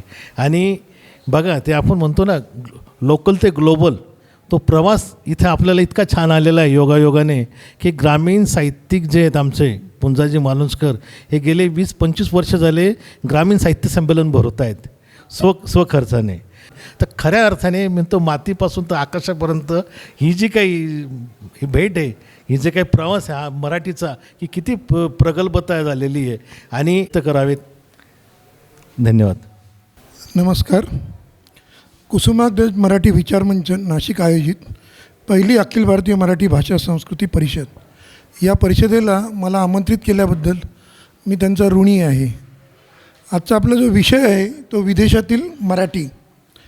मी आत्ता जी काही विदेशात जाऊन पुस्तकांची एक्झिबिशन्स केली, मला आले जे अनुभव आहेत किंवा भारतात वेगवेगळ्या राज्यात जाऊन तिथे जी बृहन महाराष्ट्र मंडळं आहेत तिथे मी जी काही एक्झिबिशन्स पाहिलेली आहेत त्यात सहभागी झालेलो आहेत किंवा जागतिक मराठी परिषदेची जी अधिवेशनं भारतात झालेली आहेत त्या सर्व अधिवेशनांना मी गेलेलो आहे. त्या अनुभव जो माझा आहे त्यातनं मी माझे सगळे विचार मांडणार आहे. मी मुळात पहिला ग्रंथालीचा कार्यकर्ता आहे. ग्रंथाली वाचक चळवळ आहे आणि पुस्तकं ही समाजापर्यंत पोचली पाहिजे आणि ती रास्त किमतीत पोचली पाहिजे म्हणून ग्रंथालीची निर्मिती झाली. आणि नवनवीन विषय आले पाहिजे आणि ते विषयही समाजापर्यंत पोचले पाहिजे. तर ती पोचवण्याची जबाबदारी ही माझी होती त्यातली. आणि याची सगळी निर्मिती करणं या पुस्तकांची कुठले विषय आले पाहिजे ती आमच्या संपादकीय मंडळांची होती. त्यात सगळी मोठमोठी नामवंत मंडळी होती. अरुण साधू होते, दिनकर गांगल होते, कुमार केतकर होते, अशोक जैन होती. त्यातनं या चळवळीची सुरुवात झाली. साधारणतः विदेशात जी मंडळी गेली ती 1960 नंतर गेली आणि त्यानंतर तिथे गेल्यावरती ही विविध राज्यात त्यांच्या कामानिमित्त सेटल झाली. त्यांना नंतर असं वाटू लागलं की आपण त्या राज्यात जेवढी मराठी मंडळी आहोत त्यांचं आपण एक मंडळ स्थापन करावं आणि आपण एका दिवशी सगळ्यांनी तिथे एकत्र यावं आणि आपला एक ग्रुप निर्माण करावा. त्यातनं अमेरिकेत विविध राज्यांमध्ये त्यांच्या म्हणजे अमेरिकेतली जी विविध राज्य आहे तिथे त्यांची मंडळं स्थापन झाली आणि मग त्यातनं एक फेडरल कमिटी निर्माण झाली. आणि त्यांनी पहिलं जे अधिवेशन घेतलं ते त्यांनी शिकागोला 1980 साली घेतलं आणि तिथून त्यांच्या सगळ्या त्या अधिवेशनांची सुरुवात झाली. त्या अधिवेशनात ते एखाद्या भारतातनं लेखकाला बोलवायचे, एखादा कार्यक्रम तिथे यायचा आणि मग त्यांची मुलंही झालेली होती तर त्यांच्या मुलांची लग्न तिथे व्हावी, ते आपल्याच कम्युनिटीत व्हावी ह्यासाठी ते सगळं अधिवेशन घेतलं जायचं. मी 93 नंतर तिथे जायला लागलो. त्याच्या आधीची 4 अधिवेशनं झालेली होती. नंतरची पुढची सगळी अधिवेशनं मी अटेंड केलेली आहे. आता मी पुढे ज्यावेळी सगळी तुम्हाला माहिती देईल त्यावेळी त्या अधिवेशनात काय व्हायचं, माझी काही निरीक्षणं आहेत ती सगळी मी तिथे सांगणार आहे. पहिलं जे मी अटेंड केलेलं एक्झिबिशन होतं ते 1993चं बाल्टिमोरचं होतं. जसं मगाशी लतिका भानुशाली यांनी सांगितलं की सॅन फ्रान्सिस्कोला 6000 मंडळी आली होती. त्या अधिवेशनाला 8000 मंडळी आली होती आणि आमचा तिथे त्या अधिवेशनाला जाण्याचा पहिलाच अनुभव होता आणि पुस्तकं घेऊन जायची होती. आत्तापर्यंतच्या ज्या अधिवेशनात काय होतं, आधीच्या तिथे बिल्डरचे स्टॉल्स असायचे, साड्यांचे असायचे, दागिन्यांचे असायचे. आम्हाला एक कळलं तर आम्ही म्हटलं इथे बिल्डर स्टॉल म्हणतो, दागिनेवाले म्हणतात, खाद्यपदार्थवाले म्हणतात, पुस्तकं का नाहीत? जर तुम्ही एखादी कलाकृतीला बोलवता, नाटकाला बोलवता, पण ते नाटक कोणी लिहिलेलं आहे, त्या नाटकाचं पुस्तक मला वाचता यावं, या भूमिकेतनं आम्ही त्यांच्याशी पत्रव्यवहार केला आणि मग त्यांनी आम्हाला प्रकाशक परिषदेला आणि ग्रंथालयाला तिथे निमंत्रित केलं. तिथे पहिली जी टीम गेलेली आहे पुस्तकं घेऊन, त्यात तिथे जाणाऱ्यापैकी ज्योत्स्ना प्रकाशन होतं, परचुरे प्रकाशन होतं आणि मौज प्रकाशन होतं. ग्रंथालिकांच्या टीममध्ये मी स्वतः होतो, अनिल कोटावळे होता आणि हेमंत रायकर होता. आम्ही ही सगळी पुस्तकं विमानाने तिथे घेऊन गेलो. त्यानिमित्त वेगळा एक विषय, त्यांना कुठला विषय आवडेल त्या विषयाचा अंक तयार केला आणि तो अंक आणि तिथे पुस्तकं घेऊन गेलो. म्हणजे पहिलाच तो अनुभव होता. पुस्तकं नेलेली होती, पुस्तकांना वजन नसतं. त्या काळी पण एक चांगली सोय होती की अमेरिकेला जाताना तुम्हाला 2 बॅगा घेऊन जाऊ द्यायची. आणि आम्ही एअर इंडियाचं तिकीट काढलं होतं आणि एअर इंडियाला त्यावेळी जगताप नावाचे अध्यक्ष होते. त्यांनी आम्हाला 6 ते 7 बॅगा घेऊन जायला परमिशन दिली होती. त्यामुळे आम्हाला बऱ्यापैकी ती पुस्तकं घेऊन जाता आली. आम्ही तिथे नेलेली सगळी जी पुस्तकं होती ती सगळी पुस्तकं तिथे 3 दिवसात विकली गेली. हाच आमचा पहिला अनुभव होता. मग आम्ही इथे आल्यावरती असं ठरवलं की नाही, आता आपण दर 2 वर्षांनी होणाऱ्या अधिवेशनाला जायचं, त्यानिमित्ताने अंक काढायचा, तिकडच्या लेखकांना आपण लिहायला लावूया, त्यांचे जे अनुभव आहेत ते आपण आपल्या अंकात घेऊया, आपल्या इकडच्या लेखकांचे जे लेख आहेत ते आपण त्यात देऊया. यातून आम्ही दरवर्षी ज्यावेळी 2 वर्षांनी गेलो त्यावेळी वेगवेगळे विषय घेऊन अंक काढलेले आहेत. म्हणजे आत्तापर्यंत आमचे असे 17 अंक आम्ही छापलेले आहेत आणि ते तिथे वितरित केलेले आहेत. तर त्यात तिकडच्या लेखकांचाही सहभाग आहे आणि आपल्याकडच्या लेखकांचा, म्हणजे थोडक्यात हे आदानप्रदान आहे. तर असा एक तिथे उपक्रम घडला. यातनं दुसरं काय घडलं तर तिथे आम्हाला वेगळी मंडळी स्टॉलवर भेटायला यायची, काहीतरी लिखाण घेऊन यायला यायची आणि त्यांचं स्क्रिप्ट आम्हाला दाखवायची. त्यातनं काही पुस्तकं आम्ही निर्माण करू शकलो आणि त्यातनं काही लेखक प्रस्थापित झालेले आहेत. त्यातले एक म्हणजे प्रकाश लोथे. त्यांना अमेरिकेतलं पुलं म्हटलं जातं. त्यांचं पहिलं आम्ही हास्यरेखा हे पुस्तक आम्ही प्रकाशित केलेलं आहे. दुसरं अनंत लापसेटवार लिहितात, गर्दे लिहितात, अनुराधा गानू लिहितात, विद्या हर्डीकर सप्रे लिहितात, मयूर देवल लिहितात. अशा अमेरिकेतल्या लेखकांची आम्ही एकूण आत्तापर्यंत 35 पुस्तकं प्रकाशित केलेली आहे. मग ठरलं असं की आपण जर पुस्तकं प्रकाशित करतो आणि भारतात ज्यावेळी संमेलन होतं त्यावेळी साधारणतः भारतीय लेखकाचं, महाराष्ट्रातल्या लेखकाला असं वाटतं की आपलं साहित्य संमेलनात पुस्तक प्रकाशित झालं पाहिजे. तसं अमेरिकेतल्या लेखकांची पुस्तकं ही आम्ही त्यांच्या संमेलनात त्यांच्या व्यासपीठावरती प्रकाशित केली. त्यामुळे त्या लेखकांना आनंद मिळाला. ती पुस्तकं लगेच तिकडे आलेले सगळे जे रसिक होते ते मागू लागले, त्यांना त्यांच्या सह्या त्या पुस्तकावर मिळू लागल्या. अशा पद्धतीचा एक नवीन त्यातनं संवाद सुरू झाला. नंतर अशाच प्रकारचा एक प्रयोग ज्यावेळी मी कॅल्गरीला गेलो होतो त्यावेळी तिथे स्मिता भागवत असतात. त्यांनी असं ठरवलं की आपण एक मातृभूमी सेवा ट्रस्ट नावाची एक संस्था सुरू करू. परदेशातले जे भारतीय लेखक आहेत ते आणि भारतातले जे लेखक आहेत मग ते कुठल्याही भाषिक असतील तर त्यांचा अनुवाद करून घेऊ. आणि अशातनं काही आम्ही पुस्तकं निर्मित केली. त्याची संख्या 20 आहेत. म्हणजे आत्ता परदेशातली जी पुस्तकं ग्रंथालयांनी प्रकाशित केली त्याची 50 संख्या आहे. आणि नंतरची ही सगळी अधिवेशनं झालेली आहेत. जसं आपल्याकडे विविध अधिवेशनं होतात, त्या अधिवेशनांच्या भाषणांची पुस्तकं किंवा तिथे परिसंवाद होतात त्याची पुस्तकं ही काही निर्माण झालेली नाहीत. फक्त आत्ता जी पुस्तकं भारतात जी निर्मिती झालेली आहे साहित्य संमेलनाची ती फक्त भाषणापुरती झालेली आहेत. मला असं वाटतं की भारतात जी अधिवेशनं निर्माण झालेली आहेत सगळी, त्यात वेगवेगळे परिसंवाद झालेले आहेत. तर त्या परिसंवादांचं कुठेतरी डॉक्युमेंटेशन व्हायला पाहिजे होतं. म्हणजे तो आपल्याला सगळा प्रवास आहे तो पुढचा प्रवास करायला सोपं झालं असतं. पण अमेरिकन मंडळींनी काय केलं, आपल्या अधिवेशनात जे आपण परिसंवाद घेतले, कोण आलं होतं, कुठला अध्यक्ष होता, त्याच्याबद्दलचं सगळं डॉक्युमेंटेशन त्यांनी ह्या जनमन अधिवेशनात केलेलं आहे. म्हणजे खरं तर हे आपल्याला इथे करायला पाहिजे होतं, ते त्यांना तिथे करावंसं वाटलं. एक मला वेगळं तिथे जाणवलेलं हे होतं. दुसरं म्हणजे तिकडे मासिक निघतं एकता नावाचं आणि दुसरं बृहन महाराष्ट्र मंडळाचं एक वृत्तपत्र निघतं आणि त्यात तिकडच्या स्थानिक लेखकांना वाव दिला जातो आणि ते सातत्याने ते मासिक चालवतात आहे. ही एक मोठी गोष्ट आहे. दुसरं म्हणजे ते भारतातनं ज्यावेळी अधिवेशन होतं त्यावेळी एखाद्या मराठी संस्थेला जी काम करते चांगल्या पद्धतीचं तिला ते तिथे बोलवतात, तिची ओळख करून देतात, त्या संस्थेची माहिती दिली जाते, तिला आर्थिक मदत दिली जाते. आता इथे अप्पाम देशपांडे बसलेले आहेत, ते तिथे आले होते शिकागोला. मराठी विज्ञान परिषदेने जे काम केलेलं आहे त्यांना तसं त्यांनी प्लॅटफॉर्म उपलब्ध करून दिला. असं आपण आपले ते करतो का आपल्या साहित्य संमेलनात, की मराठी ज्या विविध संस्था आहेत जी कामं करतात त्यांना तुम्ही तुमच्या मोठ्या मंचावरून आणलं पाहिजे ना, तर त्यातनं आदानप्रदान घडेल, एक्सचेंज होईल, रिपिटेटिव्ह ॲक्टिव्हिटीज होणार नाही. तर असं कुठेतरी झालं पाहिजे, असं एक माझं वेगळं निरीक्षण विदेशातील मराठीबद्दलचं आहे. दुसरं मगाशी लतिकांनी सांगितलं की पहिला अभ्यासक्रम हा या पतंगराव कदमांच्या संस्थेने भारतीय विद्यापीठ भवननी सुरू केला.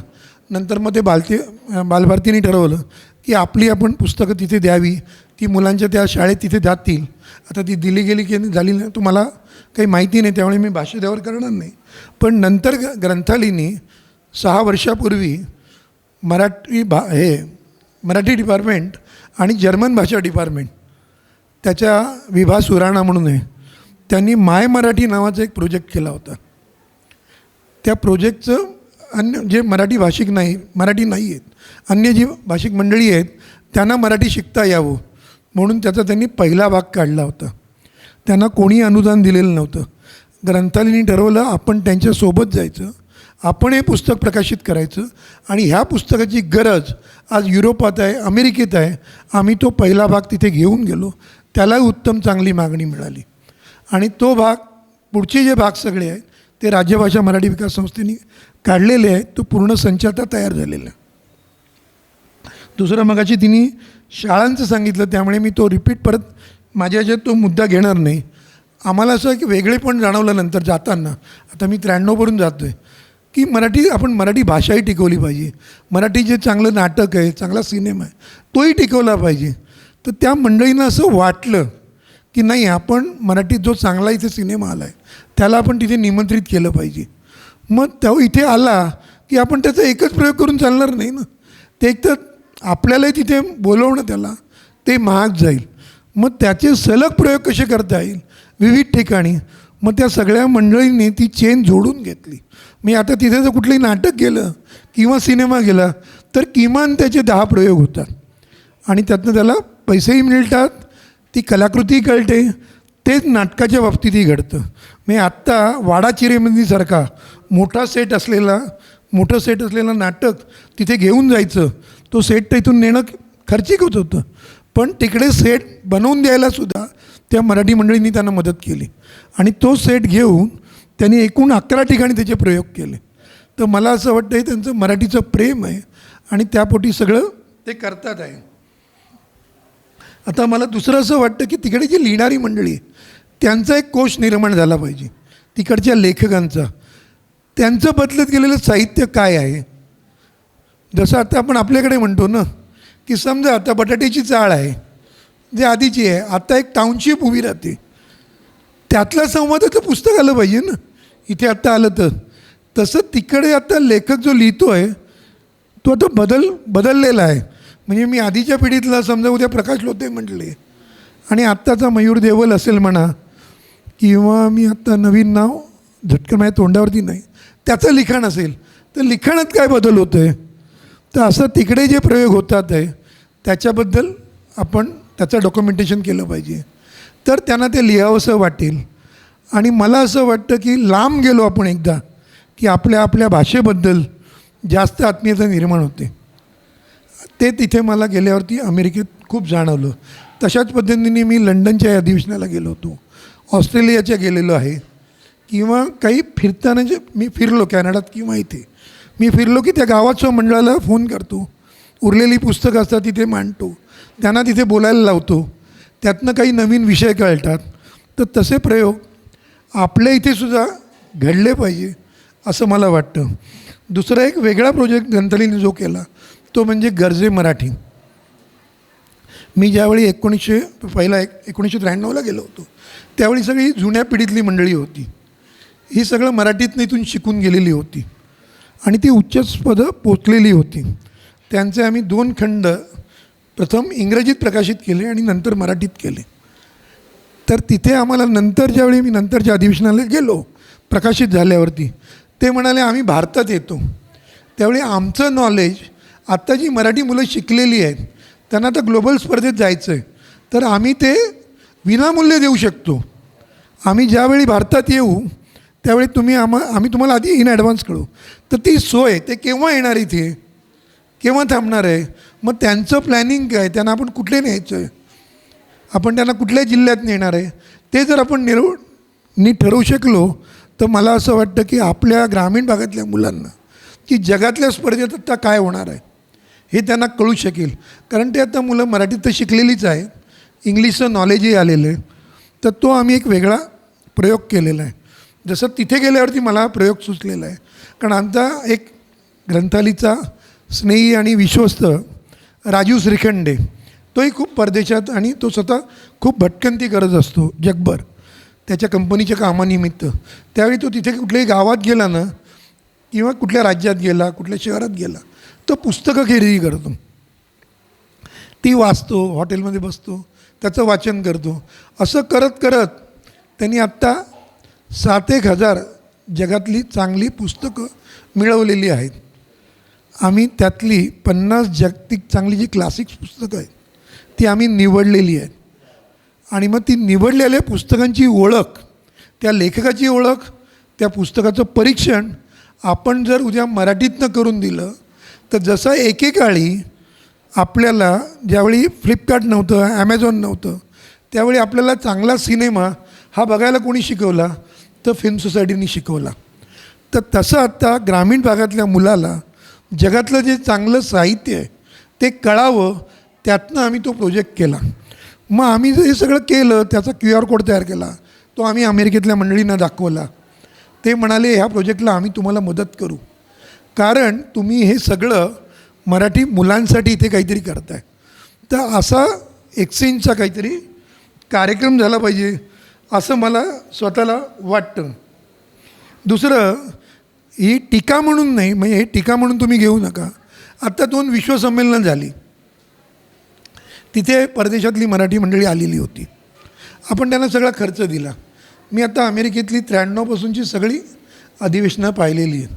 किंवा आम्ही तिथे जातो तर आम्हालाही सभासद नोंदणी करायला लागते, स्टॉलचं भाडं NGO म्हणून कमी असतं.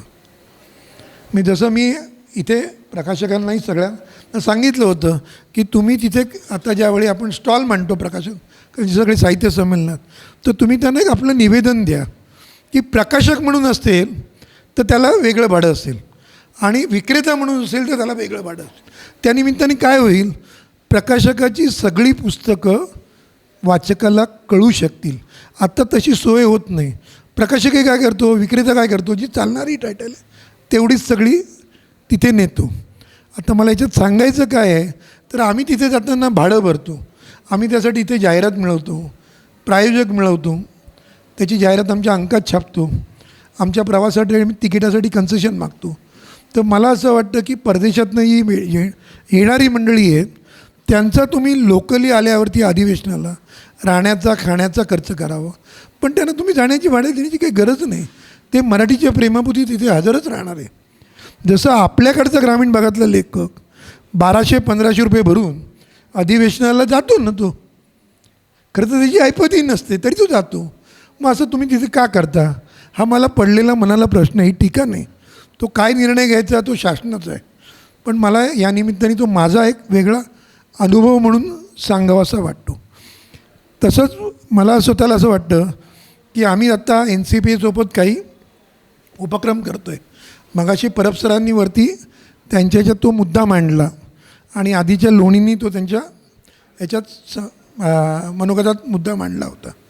आपल्याकडे जे चांगलं साहित्य आलेलं आहे, चांगली जी पुस्तकं आलेली आहेत, त्याचे आपण इंग्रजीत अनुवाद करून आपण ही पुस्तकं पोचवणार आहोत का तिथे, किंवा आपण असे काही पोर्टल तयार करणार आहोत का की वर्षभरात आलेल्या पुस्तकांची माहिती इंग्रजीत, जशी आपल्याला एक सिनॉप्सिस येते, आपण किंवा परीक्षण येतं पुस्तकाचं, तसं आपण एखादं पोर्टल तयार करणार का की इंग्रजी आणि मराठीमध्ये त्या पुस्तकाची माहिती राहील, की जेणेकरून जगातल्या मराठी मंडळींना कळू शकेल ना.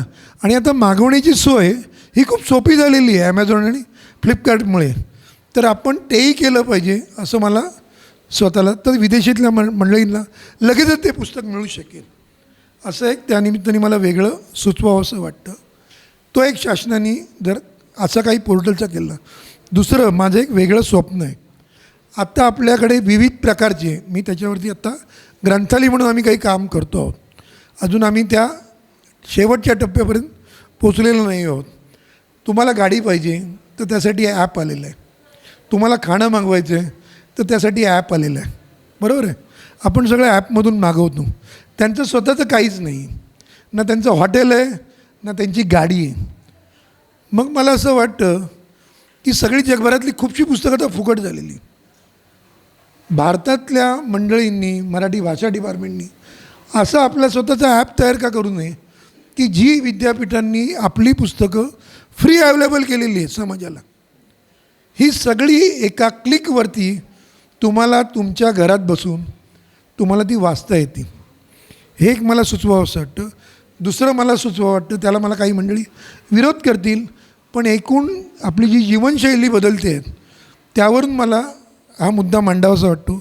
एखाद्याला तर मग काय माझा मुद्दा खोडला जाईल, बरोबरही नसेल, पण आत्ता विदेशातील मराठी आणि मी तिथे चालत असलेले सगळे प्रयोग हे बघून मला एक नवीन वेगळी कल्पना अशी सुचली आहे की आत्ता आपण म्हणतो की माणसं लायब्ररीमध्ये येत नाही.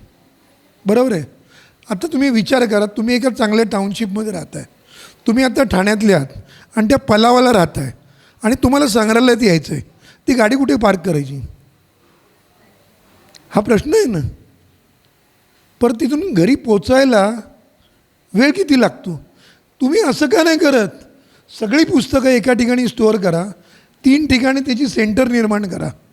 जशी आत्ता तुम्हाला मेट्रो जे मोठं डील विकणारं हे आहे किंवा वेगवेगळी आपण मॉल्स बघतो, यांच्याकडे मुवमेंटनी सगळं माल ट्रान्सफर होतो ना, तसं तुम्ही पुस्तक फिरवा ना. समजा बोरवलीतल्या माणसाला एखादं पुस्तक पाहिजे, ते बोरवलीच्या लायब्ररीत नाही, ज्या काही आपण सगळी जमा करून सगळ्या लायब्ररीतली पुस्तकं तिथे ठेवलेली आहेत ते तिथे नाही आहे, तर तुमच्याकडे सगळे डाटा असल्यामुळे ते पुस्तक विटीच्या गोडाऊनमधून त्या बोरवलीच्या लायब्ररीत पाठवत आहेत. आत्ता माणसांनी तिथे येणं, लायब्ररीत जाणं हे दिवसेंदिवस खूप कठीण होणार आहे आणि खर्चिक होणार आहे. त्या लायब्ररीची फी कमी असेल, मग त्यामुळे काय होतं, आपण कमी फी घेतल्यामुळे फी तर वाढवत नाही, तो माणूस आधी कमी यायला लागले, मग ते आपण तिकडच्या ग्रंथपालालाही कमी पगार देतो. ही सगळी चेन आहे ना. तर हे सगळं आपण कसं पोचवू शकू ह्याचाही आपण एक वेगळा विचार केला पाहिजे. दुसरं, आत्ता आपण सगळी या ठिकाणी पुस्तकांची गावं करतो आहे. मला काही कळत नाही म्हणजे कशासाठी गावं करतो आहे.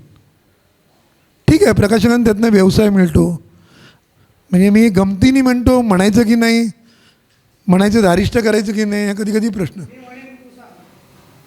ही पुस्तकांची डम्पिंग ग्राउंड आहेत का सगळी? भिलारला एका दिवसात जाऊन कुठला माणूस पुस्तक वाचेल का हो? नाही वाचू शकत. मला प्रकाशक म्हणून विक्री मिळेल, मला आनंद होईल, पैसे मिळेल, पण त्यातली ती संस्कृती जोपासली जाईल का? तर त्यासाठी शहरं ती वेगळ्या पद्धतीने डेव्हलप करायला लागतात. आता मी माझा अनुभव म्हणून वेगळा सांगतो. मी शिकागोला गेलेलो होतो. शिकागोच्या जवळच एक नेपरविला नावाचं गाव आहे. नेपरविला, त्या गावामध्ये तर लायब्ररी आहेच.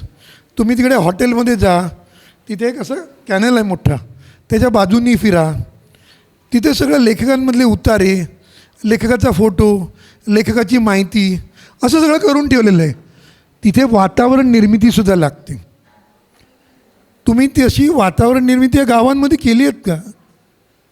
ती वातावरण निर्मिती माणसं कशी येणार?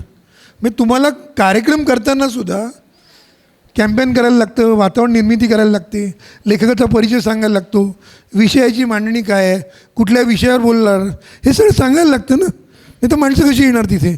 मला माहीत नाही ना, मी तिथे नक्की जाऊन करायचं काय? मला काय ऐकायला मिळणार आहे? माणसांनी काय जायचं? आता तर एवढा वेळही नाही आपल्याकडे. तर तुम्हाला गावं वसवताना असा एक विचार करायला लागणार आहे. दुसरं, मी आता तिकडे गेल्यावरती विदेशात मी काही वेगळे स्टुडिओ, आपण जसं फिरतो आहे ना, माझं काम झालं, मी एक्झिबिशन्स केली, मी फिरलो, सगळं झालं. आता आपण पुढच्या पिढीला त्यातनं देणार काय आहोत? भाषेत घडलेलं, पुस्तकांमधलं. तर मला ते स्टुडिओत गेल्यावरती काय जाणवलं, मी त्या स्टुडिओत गेलो आणि त्या स्टुडिओत पाहिलं तर वेगवेगळ्या नटांचे आवाज, ते काय बोलतात, त्यांचे काय शॉट्स आहेत, कुठल्या सिनेमातले वगैरे ते मला क्लिक बटनवरती मिळतात. आपण मराठीच्या बाबतीत असं का नाही करू शकत? मला आता अत्रेंचा आवाज ऐकायचा आहे. अत्रेंचं एखादा त्यांच्या पुस्तकातला पॅराग्राफ मला ऐकायचं आहे. त्यांचा आवाज कसा होता, ते दिसतात कशी, कसं कळेल मुलाला नुसतं पुस्तकात पाठ्यपुस्तकात बघून? लाईव्हली ज्यावेळी जो बघेल ना त्यावेळी त्या मुलाचं कुतूहल जास्त जागृत होईल. तर तुम्ही असे प्रयोग करायला पाहिजे ना. आत्तापर्यंत जेवढे अध्यक्ष झालेले आहेत त्यांचं डॉक्युमेंटेशन, त्यांचा चेहरा, त्यांचं पुस्तक, त्यांच्या भाषणातला एखादा कोट, एखाद्याचं कुतूहल जागृत झाल्यावर तो त्याचं अख्खं भाषण वाचून काढेल. जसं आत्ता मी इथे आलो, मला ते भाषणाची प्रत मिळाली श्रीपाद जोशींची, मी ती लगेच या दोघी आत्महत्या तयारी करत होतो तोपर्यंत मी ते वाचून काढलं. मी त्याला म्हटलं तू मुंबईला ये, मी त्याच्यावरती एक चर्चा घडवणार आहे. तर असं घडू शकतं. तर आपण अशा प्रकारचा एक वेगळा प्रयोग तिथे केला पाहिजे असं मला वाटतं. तर आपण असे जे प्रयोग नाही केले ना काही वेगळे, तुम्ही ट्रॅडिशनल सगळं करत राहिला ना तर तुमच्याकडे कोणी येणार नाही. मला आत्ता, मी पहिलं माझं जे संमेलन अटेंड केलं, मला असं वाटतं की भारतातला एकमेव माणूस असेल की ज्यांनी आत्तापर्यंत सलग 45 संमेलनं अटेंड केलेली आहेत. माझं पहिलं संमेलन आहे चंद्रपूरला वामनराव चोरगडे हे त्या न्यू इंग्लिश हायस्कूलमध्ये अध्यक्ष होते आणि ते संमेलन उधळूनही लावलं होतं. मला संमेलन उधळतात काय म्हणजे हेही माहीत नव्हतं. अध्यक्ष नक्की करतो म्हणजे, कारण मी लहान होतो खूप, पण मला तिथे गांगलांनी पुस्तक विकायला पाठवलं होतं. मी तिथे गेलो होतो. तिथे 3च स्टॉल होते पुस्तकांची. पुस्तकांना महत्त्व दिलं जायचं. आत्ता मी बघतो जत्रेचं स्वरूप आलं आहे. आणि आत्ता आपण परत पुस्तक विक्रीत काय बोलायला लागलो, मगाशी वरती आहे का बसून. मी या निमित्ताने विदेशातल्या मराठीबद्दल बोलताना अन्य काही वेगळे मुद्दे सांगणार आहे. आपण सगळे आत्ता आकड्यात बोलायला लागलो आहे. 1 कोटीची विक्री झाली, 2 कोटीची विक्री झाली. हे काय शेअर मार्केट आहे का? शेअर मार्केटमध्ये शेअर मार्केट वाढलं ना की ज्याच्याकडे शेअर असतात ना त्याला फक्त फायदा होतो. तुम्ही आम्हाला पुस्तकाची संख्या सांगता? आधी आम्ही ज्यावेळी 7 रुपयाला बोलू तर विकायचो ना, त्यावेळी संमेलनात 1200 प्रती विकायचो. आज आम्ही 150 प्रती 150 रुपयाला विकून तेवढेच पैसे कमवतो. टर्नओव्हरमध्ये बोलू नका, फसवा हे सगळं. झपाट्याने पुस्तकांची संख्या खाली येते हे तुम्हाला त्याच वेळी निदर्शन आलं. पण आत्ता ब्रेकिंगचा जमाना आहे. प्रिंट मीडिया असेल, टी व्ही मीडिया, म्हणताना काय म्हणतो 2 कोटीची विक्री झाली, 5 कोटीची विक्री. अरे 5 कोटीची विक्री काय झाली? 1 वर्ष आधी त्या पुस्तकाची किंमत 150 रुपये होती, आता ती 200 रुपये झाली. वाढला ना. प्लस त्यात कलाकृती लिटरेचरची पुस्तक किती गेली ह्याचा तुम्ही विचार करणार की नाही करणार? की युटिलिटी पुस्तक गेली, हाही मुद्दा आहे ना. आपण शेवटी संस्कृती, भाषा हे सगळं कशासाठी काढतो? भाषा, पुस्तक, कलाकृती कुठली ही तुम्हाला व्यक्तिगतरित्या आनंद देत असते, त्यासाठी सगळं आहे. आणि त्यामुळे तुमचं आयुष्य सगळं खुलतं. तर मला विदेशात ते जास्त मोठ्या प्रमाणात जाणवलं. इथे आपण आता जे रिच्युअली सगळं जे काही गोष्टी घडतात आहे त्याच्यावरती आपण आपला जास्त भर देतो आहे. तर मला असं वाटतं आम्ही तिथे जो पाहिलेला अनुभव आहे त्यातनं आपल्याकडे इथे आपण आपले हे सगळे उपक्रम राबवताना आपण त्याच्यात जर बदल केले नाही, ट्रॅडिशनल पद्धतीने जे घडतं आहे, म्हणजे जसं आपण घरात गणपती आला आणायचा, नातेवाईकांना बोलवायचं, तो उत्सव करायचा, तशा पद्धतीनं आपण होऊ राहिलं आहे. पण इथे आपण मराठी शाळा बंद होतात आहे म्हणतात आहे. तिथे 82, 102, 104 शाळा झालेल्या असतील. हे असं का घडतं आहे? त्याचं कारण आपण जे आलेलं आहे ते फक्त आपल्याला दाखवायला करायचं आहे. तर तशा पद्धतीत जाऊ नये असं मला वाटतं. आणि विदेशात मराठी टिकणार आहे. तिकडची माणसं उद्या आर्थिकदृष्ट्या सधन झाली तर ती नक्की मराठीला सपोर्टही करणार आहे. कारण त्यांना वाटतं की आपण भाषा नाही टिकवली, आपण पुस्तक, सिनेमा, नाटक नाही टिकवलं तर आपण इथे घरात बसून खूप पैसा आला आहे, आपण काय करणार?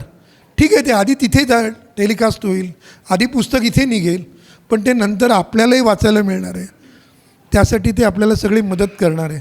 तर अशा पद्धतीने दोघांची अशी काहीतरी एक जोड आपण जोडू शकलो, विदेशातील मराठी आणि आपल्या महाराष्ट्रातील मराठी, आणि त्याचा जर आपण एक सुवर्ण मध्य गाठला तर आपण मराठीची चांगली, मी खूप आशावादी आहे. मी जरी काही निगेटिव्ह सांगितलं तरी मराठी काही असं मरणार नाही, काही नाही.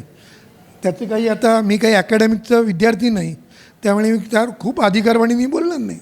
पण आपल्याकडचे शब्दकोश, आपल्याकडे काही जणं वेगळे प्रयोग करतात आहे बोलीभाषांचे, कोशांचे, की जे शाळांसाठी उपयोगी होणार आहे, त्यांना आपण सपोर्ट केला पाहिजे. तर आपण ह्या विदेशातील मराठी आणि महाराष्ट्रातल्या मराठीच्या प्रगतीला चांगलं उंचावरती झेंडा नेऊ शकू. नाहीतर तिला मगाशी त्यांनी जो निगेटिव्ह सूर लावला होता, मी तसा निगेटिव्ह बोललो तरी मी खूप आशावादी आहे की नाही, ती नुसती अभिजातपुरती राहणार नाही. आमची एक कलाकृती म्हणजे आपण सगळ्यांनी पण केला पाहिजे. साहित्य संमेलनात आपण शपथ घेतो की नाही, आपण जनगण म्हणतो कुठे काही सुरू करताना, आपली महाराष्ट्राचं राज्य म्हणतो, तसं आपण एक पण केला पाहिजे की आमची कलाकृती साहित्य संमेलनात की 3 वर्षांनी नक्कीच कुठल्या तरी पटलावर दिसेल.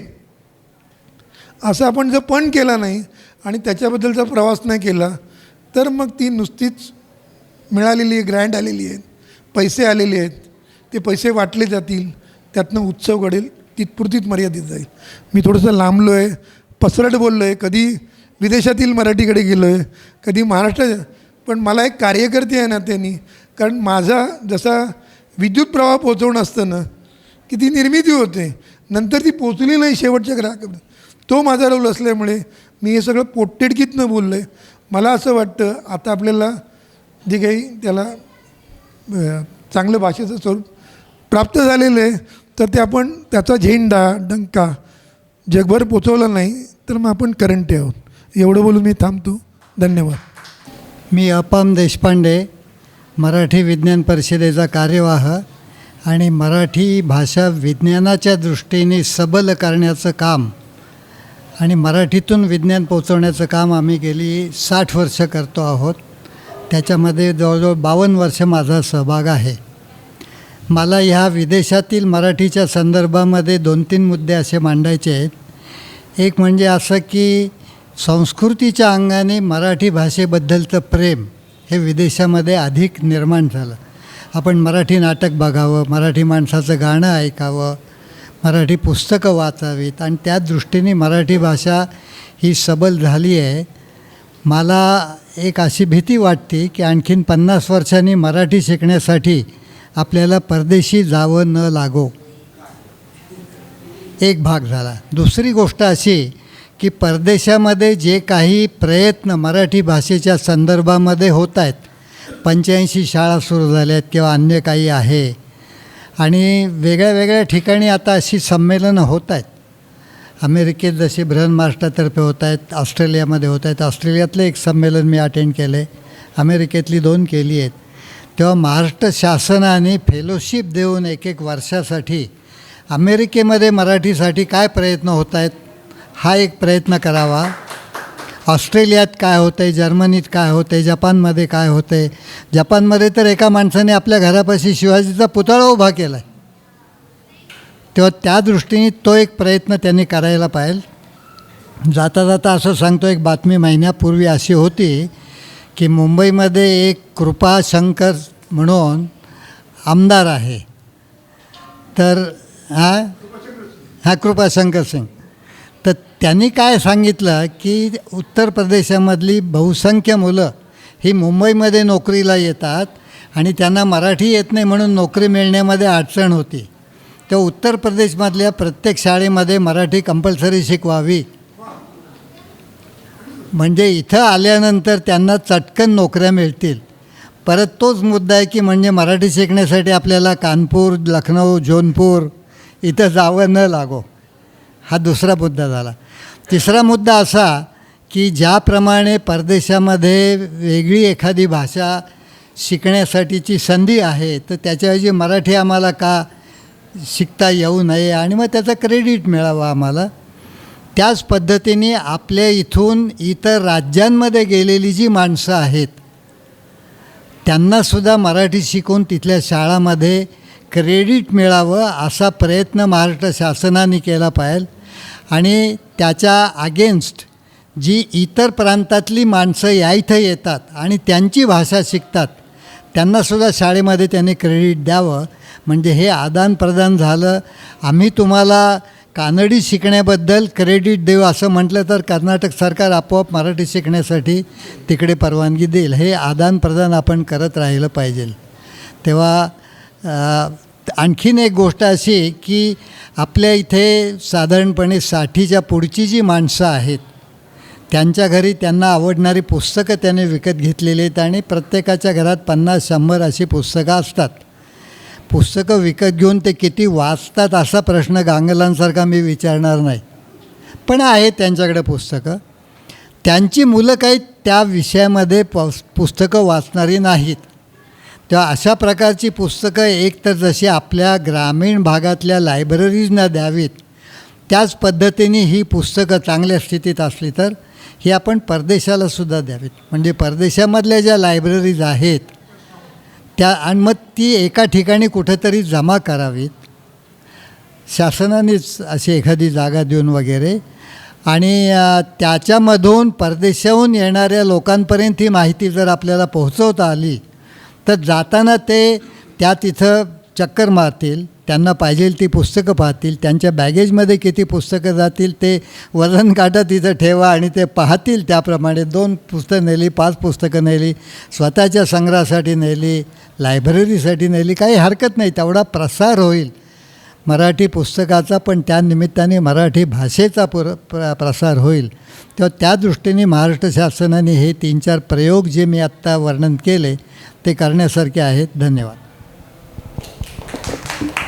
नमस्कार, माझं नाव प्रमोद प्रभुदेसाई.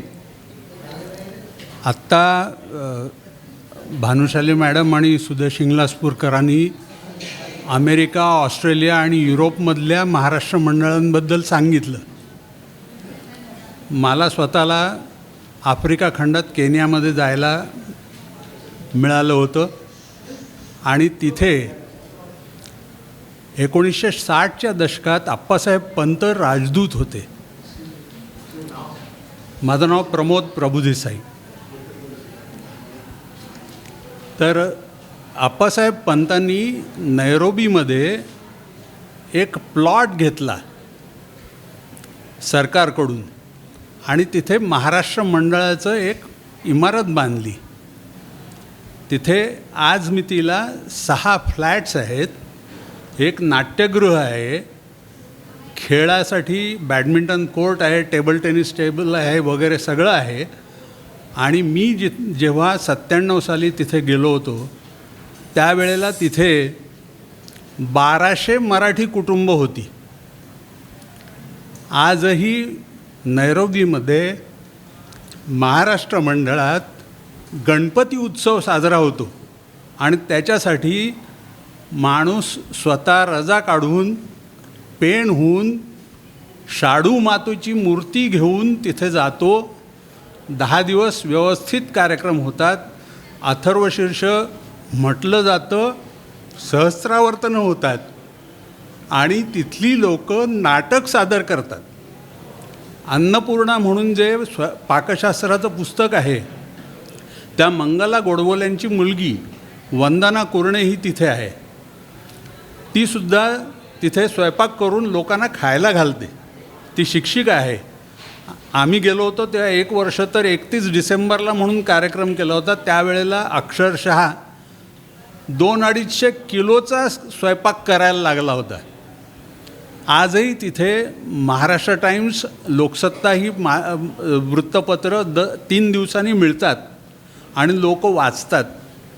काही तिथले मराठी लोक हे पंजाबी किंवा गुजराती मुलींशी किंवा तिथल्या मुलगे आपल्या मराठी मुलींशी विवाहबद्ध झालेले आहेत, पण ही सगळी मुलं मराठी बोलतात. मला असं वाटतं की ही जी काही परदेशातली बृहन्महाराष्ट्र मंडळं आहेत त्यांच्या थ्रू नैरोबीमध्ये, केन्यामध्ये, युगांडामध्ये, तांझानियामध्ये जिथे महाराष्ट्रीयन लोक आहेत अशांसाठी काही कार्यक्रम आपणही अरेंज करू शकू. ग्रंथालयानीसुद्धा हा प्रयत्न करायला हरकत नाही. धन्यवाद. धन्यवाद सर. उत्स्फूर्त प्रतिक्रिया येत आहे, याचा अर्थ बीज भाषण चांगलं झालेलं आहे. कारण प्रतिक्रिया येणं एक त्याचं लक्षण असतं. ॲक्ट त्याचं रिॲक्ट असतं वगैरे असं. आणि इंगलजकर सरांनी जे सांगितलं तर माझ्या मते त्यांचा जो रोखठोकपणा होता, स्पष्टोक्तपणा होता आणि ते जे त्यांनी ठामपणे सांगितलं खरोखर स्वागतार्ह आहे. कारण बऱ्याच ठिकाणी व्यासपीठावर बोलताना लोक आता विचार करतात की प्रेक्षकांना आवडेल असं बोललं पाहिजे आणि त्या अँगलने सर्व बोललं जातं. पण मला काय अनुभव आलं आहे, त्यांनी एक वाचन संस्कृती आणि एक लेखन संस्कृती या संदर्भात जे काही त्यांचं काम आहे खरोखर म्हणजे मॅडमचंही आणि खरोखर सलाम केल्यासारखं आहे वगैरे. मला असं सांगता येईल म्हणजे मला अँकरिंग म्हणून जास्त बोलायची परमिशन नाही आहे, पण उत्स्फूर्त आहे माझं पण बोलणं की जसं म्हणतो ना आपण युनिव्हर्सलचा एक हे लॉ ऑफ ॲट्रॅक्शन आहे. तुम्हाला तुमचं जे काही विचार आहे ते विचार म्हणजे एखाद्या झाडावर जर पोपट बसले तर सर्व पोपटच येतात तिथे, कावळे येत नाही. तसंच काहीतरी या सभागृहाचं झालेलं वाटतं आहे मला. एकाच विचारांचे एकाच आपलं काम करणारे एकच म्हणजे आपण एकच मंजिल पे जाने वाले सब मुसाफिरी एक वेटिंग रूम पे जैसा आ जाते तसं आपलं इथं आलेलं आहे आपण. आणि मला सांगायला आनंद वाटतो की मी सुद्धा याच चळवळीतला एक कार्यकर्ता आहे. मी आपलं कोरोनाच्या कालावधीमध्ये आपले ऑनलाईन कोर्स कसे डिझाईन करायचे आणि कसे लॉन्च करायचे याचं मी ट्रेनिंग घेतलं होतं. तर मला सर्वात पहिले असं वाटलं की आपण काय कोर्स केला पाहिजे. तर सर्वात पहिले मी कोर्स जो डिझाईन केला लेखक व्हा आणि समृद्धी मिळवा, की लेखक होऊन तुम्ही कशा प्रकारे समृद्ध होऊ शकतात आर्थिकदृष्ट्या पण आणि बौद्धिकदृष्ट्या पण वगैरे. तर मी ऑनलाईन तो झूमवर तो 8 दिवस तो कोर्स शिकवलेला आहे आणि तेच रेकॉर्डेड कोर्स माझा तयार झाला. त्याला इतका छान प्रतिसाद मिळाला की मी असं ठरवलं, मला बऱ्याच जणांनी सांगितलं की अहो हे रेकॉर्डेड आमचं राहील पण आम्हाला लिटरेचरमध्ये काहीतरी पाहिजे. मग एक पुस्तक लिहायला घेतलं मी की चला लेखणी उचलूया म्हणून की लिहिते झाले पाहिजेत. कारण की माणसाने व्यक्त होणं फार मोठी गरज आहे आणि सध्याच्या परिस्थितीमध्ये. म्हणून मी लिहिते व्हा याच्यासाठी चला लेखणी उचलूया पुस्तक मी लिहायला घेतलं आणि त्याच्यात जे इंडेक्स तयार केले मी तर तुम्हाला चेक कसा लिहायचा, तुम्हाला रिझर्वेशनचा फॉर्म कसा लिहायचा, इथून तर तुमचं सांत्वनपत्र कसं, गौरवपत्र कसं, असं जवळजवळ ते 120 पानांचं पुस्तक तयार झालेलं आहे. थोडंसं टेक्निकल प्रॉब्लेम असल्यामुळे ते आपल्या कार्यक्रमात प्रकाशित होऊ शकलं नाही. एक 8-1 दिवसात प्रसिद्ध होणार आहे ते पुस्तक. तर नक्कीच मी तुम्हाला देईल ते. आणि आपण म्हणतो की एका बाजूला मी नाशिक रोडला गेलो होतो तिथे एक बॉक्स लावला होता बाहेर किताबघर म्हणून. म्हटलं तिथे गेलो मी, म्हटलं मला म्हटलं किताबघर काय प्रकार आहे बोले. मग तिथे भेटलो मी त्या प्रबंधकाला रेल्वेच्या. म्हणजे यहाँ पे किताब रखते थे कि जब तक ट्रेन आती नहीं तब तक पढ़ा जाए किताब. मैंने कहा वो तो खाली है, क्या करेगा बोले कोई रखता ही नहीं, बोले वहाँ पे घर पे लेके जाता है. लेकिन अगर कुछ होगा तो मैं नेक्स्ट टाइम जब आऊँगा नासिक रोड को तो एक 5-25 किताबें लेके आऊँगा. भले वो घर पे लेके जाए पण वो कागज फाड़ के न पड जाए. आपण म्हणतो ना की त्याचा उपयोग खरोखर वाचण्यासाठीच झाला पाहिजे वगैरे. आणि दुसरं एक समाधानाचं एक अजून चित्र असं आहे सर की आपल्या इथे एक आजीचं हॉटेल आहे. माझे मित्र आहे प्रवीण जोंधळे वगैरे. तर त्या आजीच्या डोक्यात कल्पना आली की ज्या आपण ऑर्डर देतो हॉटेलमध्ये आणि ऑर्डर येईपर्यंत आपण उगाच इरिटेट होतो की अजून कशी ऑर्डर आली आणि 10 मिनटं झाले 15 मिनटं झाले. त्यांनी त्या ठिकाणी पुस्तकांची शिदोरी ठेवलेली आहे, चित्र कविता केलेल्या वगैरे. तर नक्कीच मला असं समाधान एका बाजूला विसंगत चित्र वाटतं. एका बाजूला इतके काम करणारे लोक आहेत, तुम्ही परदेशात जातात तिथे लोकांपर्यंत जातात, वाचन संस्कृती लेखन संस्कृती डेव्हलप करता. आणि दुसऱ्या बाजूला आपल्याला म्हणजे आता तुम्हाला हे पण थोडक्यात सांगतो की मला एक पुस्तकाची कल्पना का सुचली होती वगैरे. तर माझं पोलीस स्टेशनच्या बाजूला एक मित्राचं झेरॉक्सचं दुकान आहे. त्याच्याकडे त्याने झेरॉक्सचा फॉर्म दिला एका मुलाला 5 रुपयाला. म्हटलं काय प्रकार आहे 5 रुपयाचा फॉर्म. म्हणे मोबाईल हरवला जातो ना तर एक अर्ज द्यायचं असतं पोलीस स्टेशनला. तर बरेचसे जण म्हणतात की अरे अर्ज लिहिता नाही येतं आम्हाला. मग पोलिसांनी एक मायना त्यांना टाईप करून दिला की तुमचा अर्ज, नाव, मोबाईल नंबर, पत्ता आणि तो तिथं विकायला. ते पोलीस स्टेशनला जर कोणी गेलं मोबाईल हरवला आहे तेव्हा झेरॉक्स दुकानातून घेऊन या 5 रुपयाला फॉर्म. मग 5 रुपयाला एक जोडपं आलं कॉलेजचं मुलीचं. त्यांनी ते 5 रुपयाला फॉर्म घेतला. म्हणे ठीक आहे 5 रुपयाला म्हणे घ्या. तर त्यांनी असं विचारलं ते झेरॉक्सवाल्याला की आम्ही तुला आणखी 10 रुपये देतो. कशासाठी तर ते फॉर्म भरून दे. त्या फॉर्ममध्ये फक्त मोबाईल नंबर, त्याचं नाव, पत्ता, कुठे हरवलं आणि कोणत्या तारखेला एवढंच लिहायचं होतं. तर मला तिथून जे मी बैशाल शिक्षण मंडळ आहे पुणे विद्यापीठाचं, त्याच्यामध्ये मग मी ठरवलं की हा विषय आपण घेतला पाहिजे, याच्यावर लिहिलं पाहिजे. आणि महाविद्यालयाने गेले 20-22 वर्ष झाले मी बैशालचा व्याख्याता आहे आणि लेखन चळवळबद्दल मी व्याख्याने देत असतो. आज या निमित्ताने या अचूक ठिकाणी मी आलो असं मला वाटतं. संयोजकांनी काहीतरी विचार करून मला दिलेले असं वाटायला लागलं आहे आता.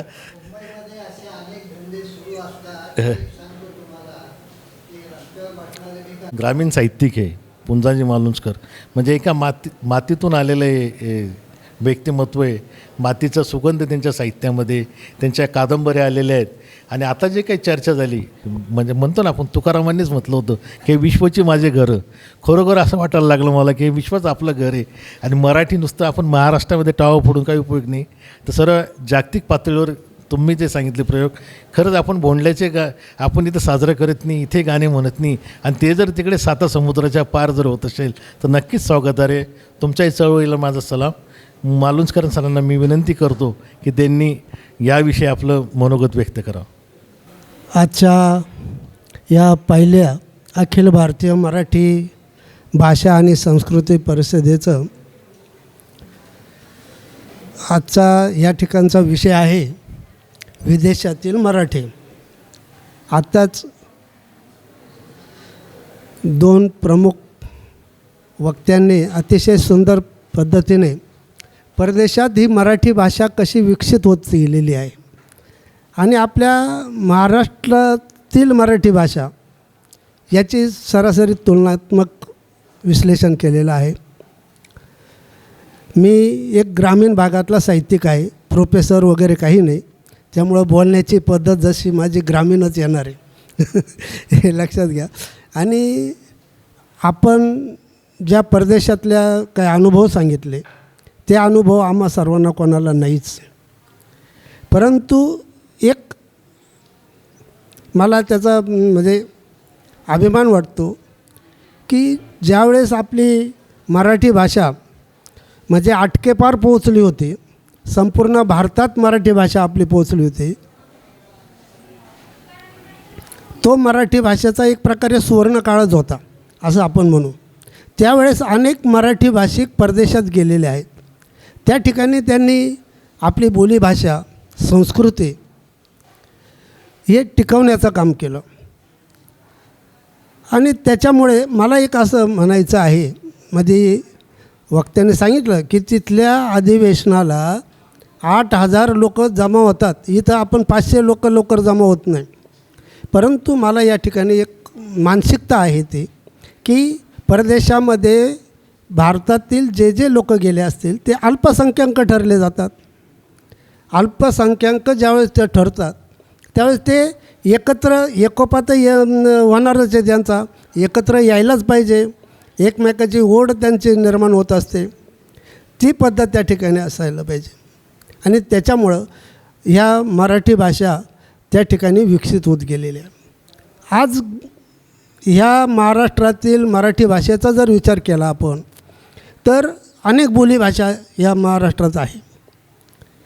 खानदेशी आहे, अहिराणी आहे, कोकणी आहे, वारली आहे, अशा भरपूर आहे, मराठी आहे. परंतु प्रमाण भाषा म्हणून अजून तरी आपण कोणी मानलेली नाही. कोणती प्रमाण भाषा मानायची? तिकडं एक प्रमाण भाषा तयार झालेली आहे परदेशात, तशी आपल्याकडं नाही. त्यामुळं प्रत्येक जणाचा एक स्वार्थी म्हणा काही का होईना, परंतु त्या हिशोबानं त्यांचा ओढ राहणार आहे.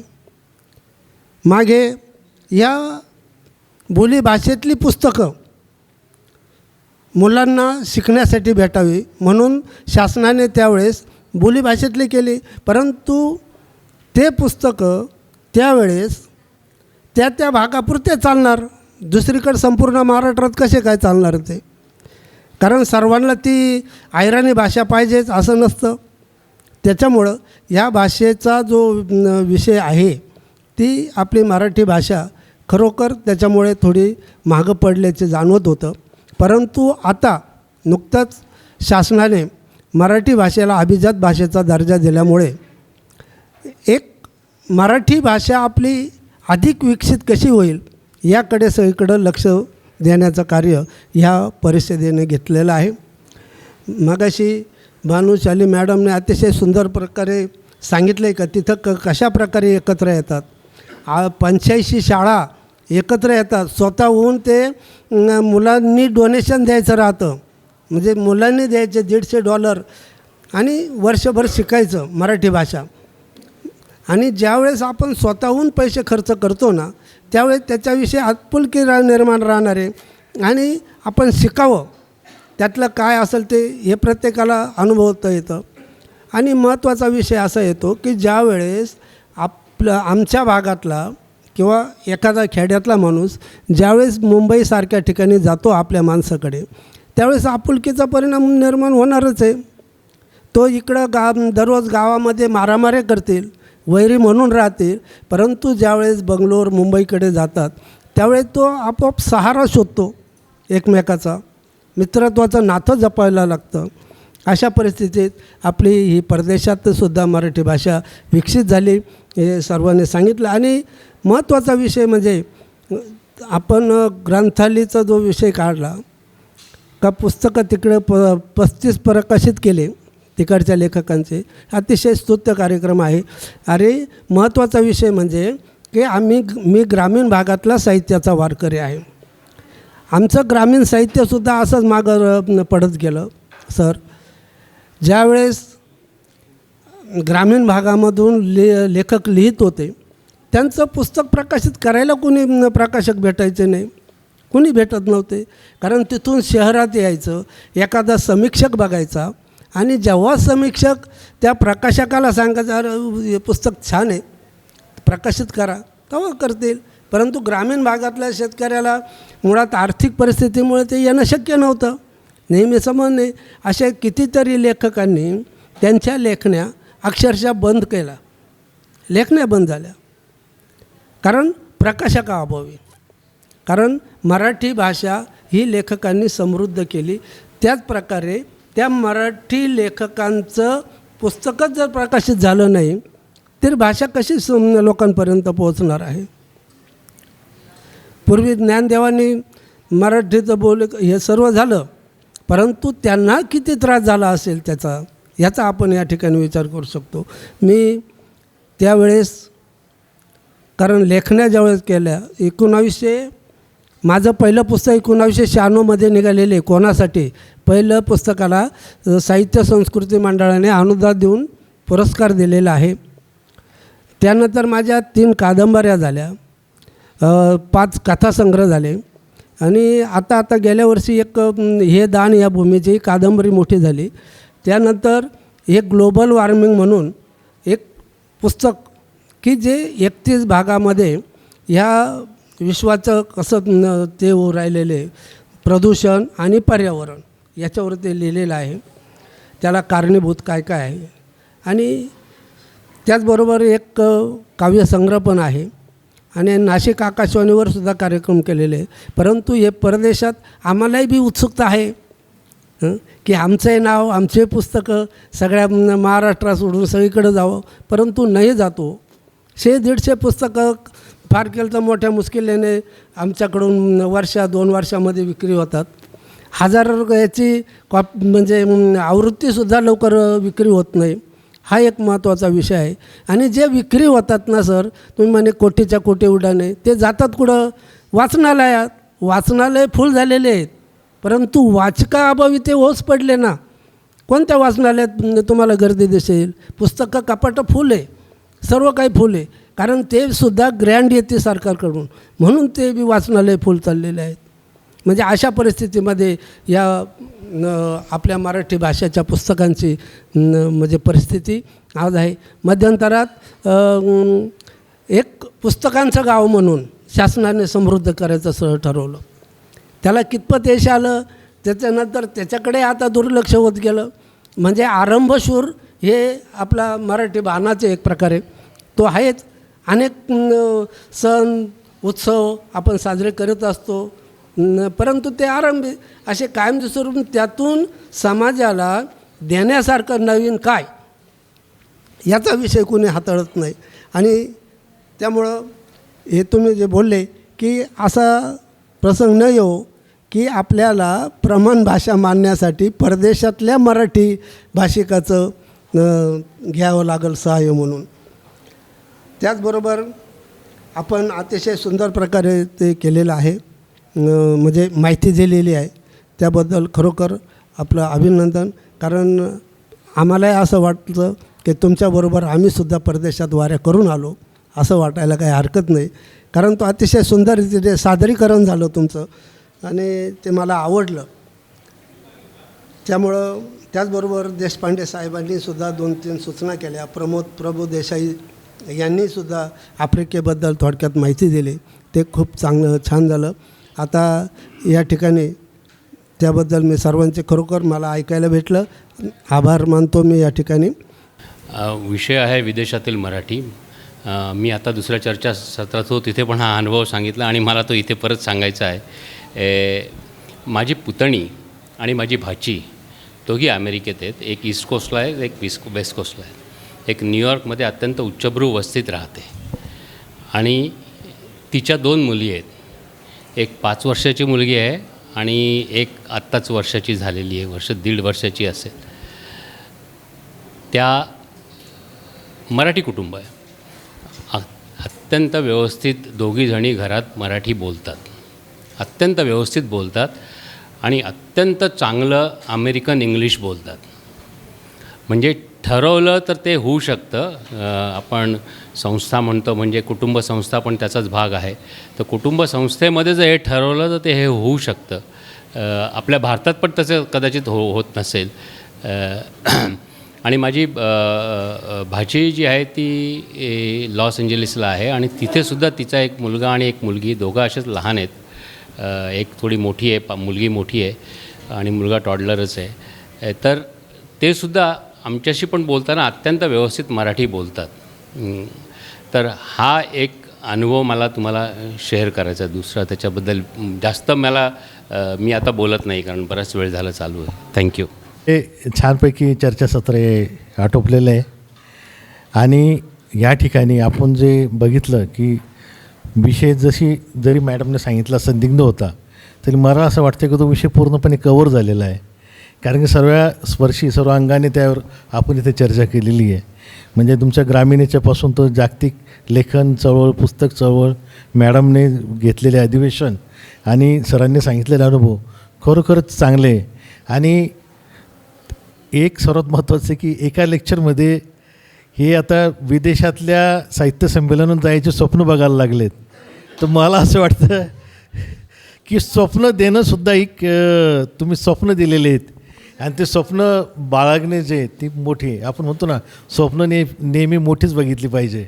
आम्ही वाडीवरेच्या साहित्य संमेलनात बघितली नसती की कुठं आपल्याला अमेरिकेला जावं मिळेल वगैरे, पण इथे याच गटचर्चेमध्ये ही स्वप्न पडलीत.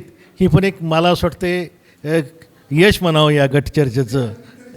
ज्योतिषच्या कार्यक्रमांसाठी त्यांनी अशी एकदा आशा व्यक्त केली आणि ते आमच्याबरोबर संमेलनाला फिलाडेल्फियाला आले. अरे वा, तुम जो सोचते वही होता है. आपण जे म्हणतो ना ब्रायन ट्रेसीचं, तुम्ही जो विचार करतो ते तुमच्या बाबतीत घडतं आणि त्याच याच्याने आपण वाटचाल करूया.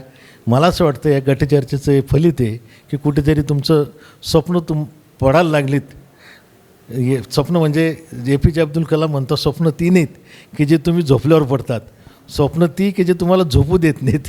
तर अशी कलाम सरांनी सांगितलेले स्वप्न तुम्ही दिलीत आणि मला असं वाटतं की मी या परिषदेच्या वतीने सर्वांचे आभार मानतो. सर्वात महत्त्वाचं की तुम्ही इथे आलात, सांगितलं, आम्हाला ही जगभ्रमंती केली आणि ह्या किती पैलू असू शकतात सरांनी सांगितलं या पैलूंचं जे पदर आहे आपल्याला याच्यातच कळतात वगैरे असं. आणि आपण म्हणतो ना, बऱ्याचदा मी उदाहरण याच्यासाठी दिलं की आम्ही लेक्चर देतो वर्गामध्ये आणि मुलांना सांगतो समजलं का, सर हो म्हणतात. कारण की ते समजलेलं काहीच नसतं, पण ते मला बोलायला उभं राहायचं नाही. लेक्चर ते सक्सेस राहतं की ज्याच्यातून रिॲक्ट होतो, प्रतिक्रिया येतात. तर मला असं वाटतं नक्की प्रतिक्रिया आलेल्या आहे, सर्वांनी मत मांडलेलं आहे आणि या गटचर्चेचं यश आहे. आपण सर्वांचे मी आभार मानतो आणि सर तुम्हाला भेटतील, त्या प्रोसेस कंप्लीट करा. जय हिंद, जय महाराष्ट्र.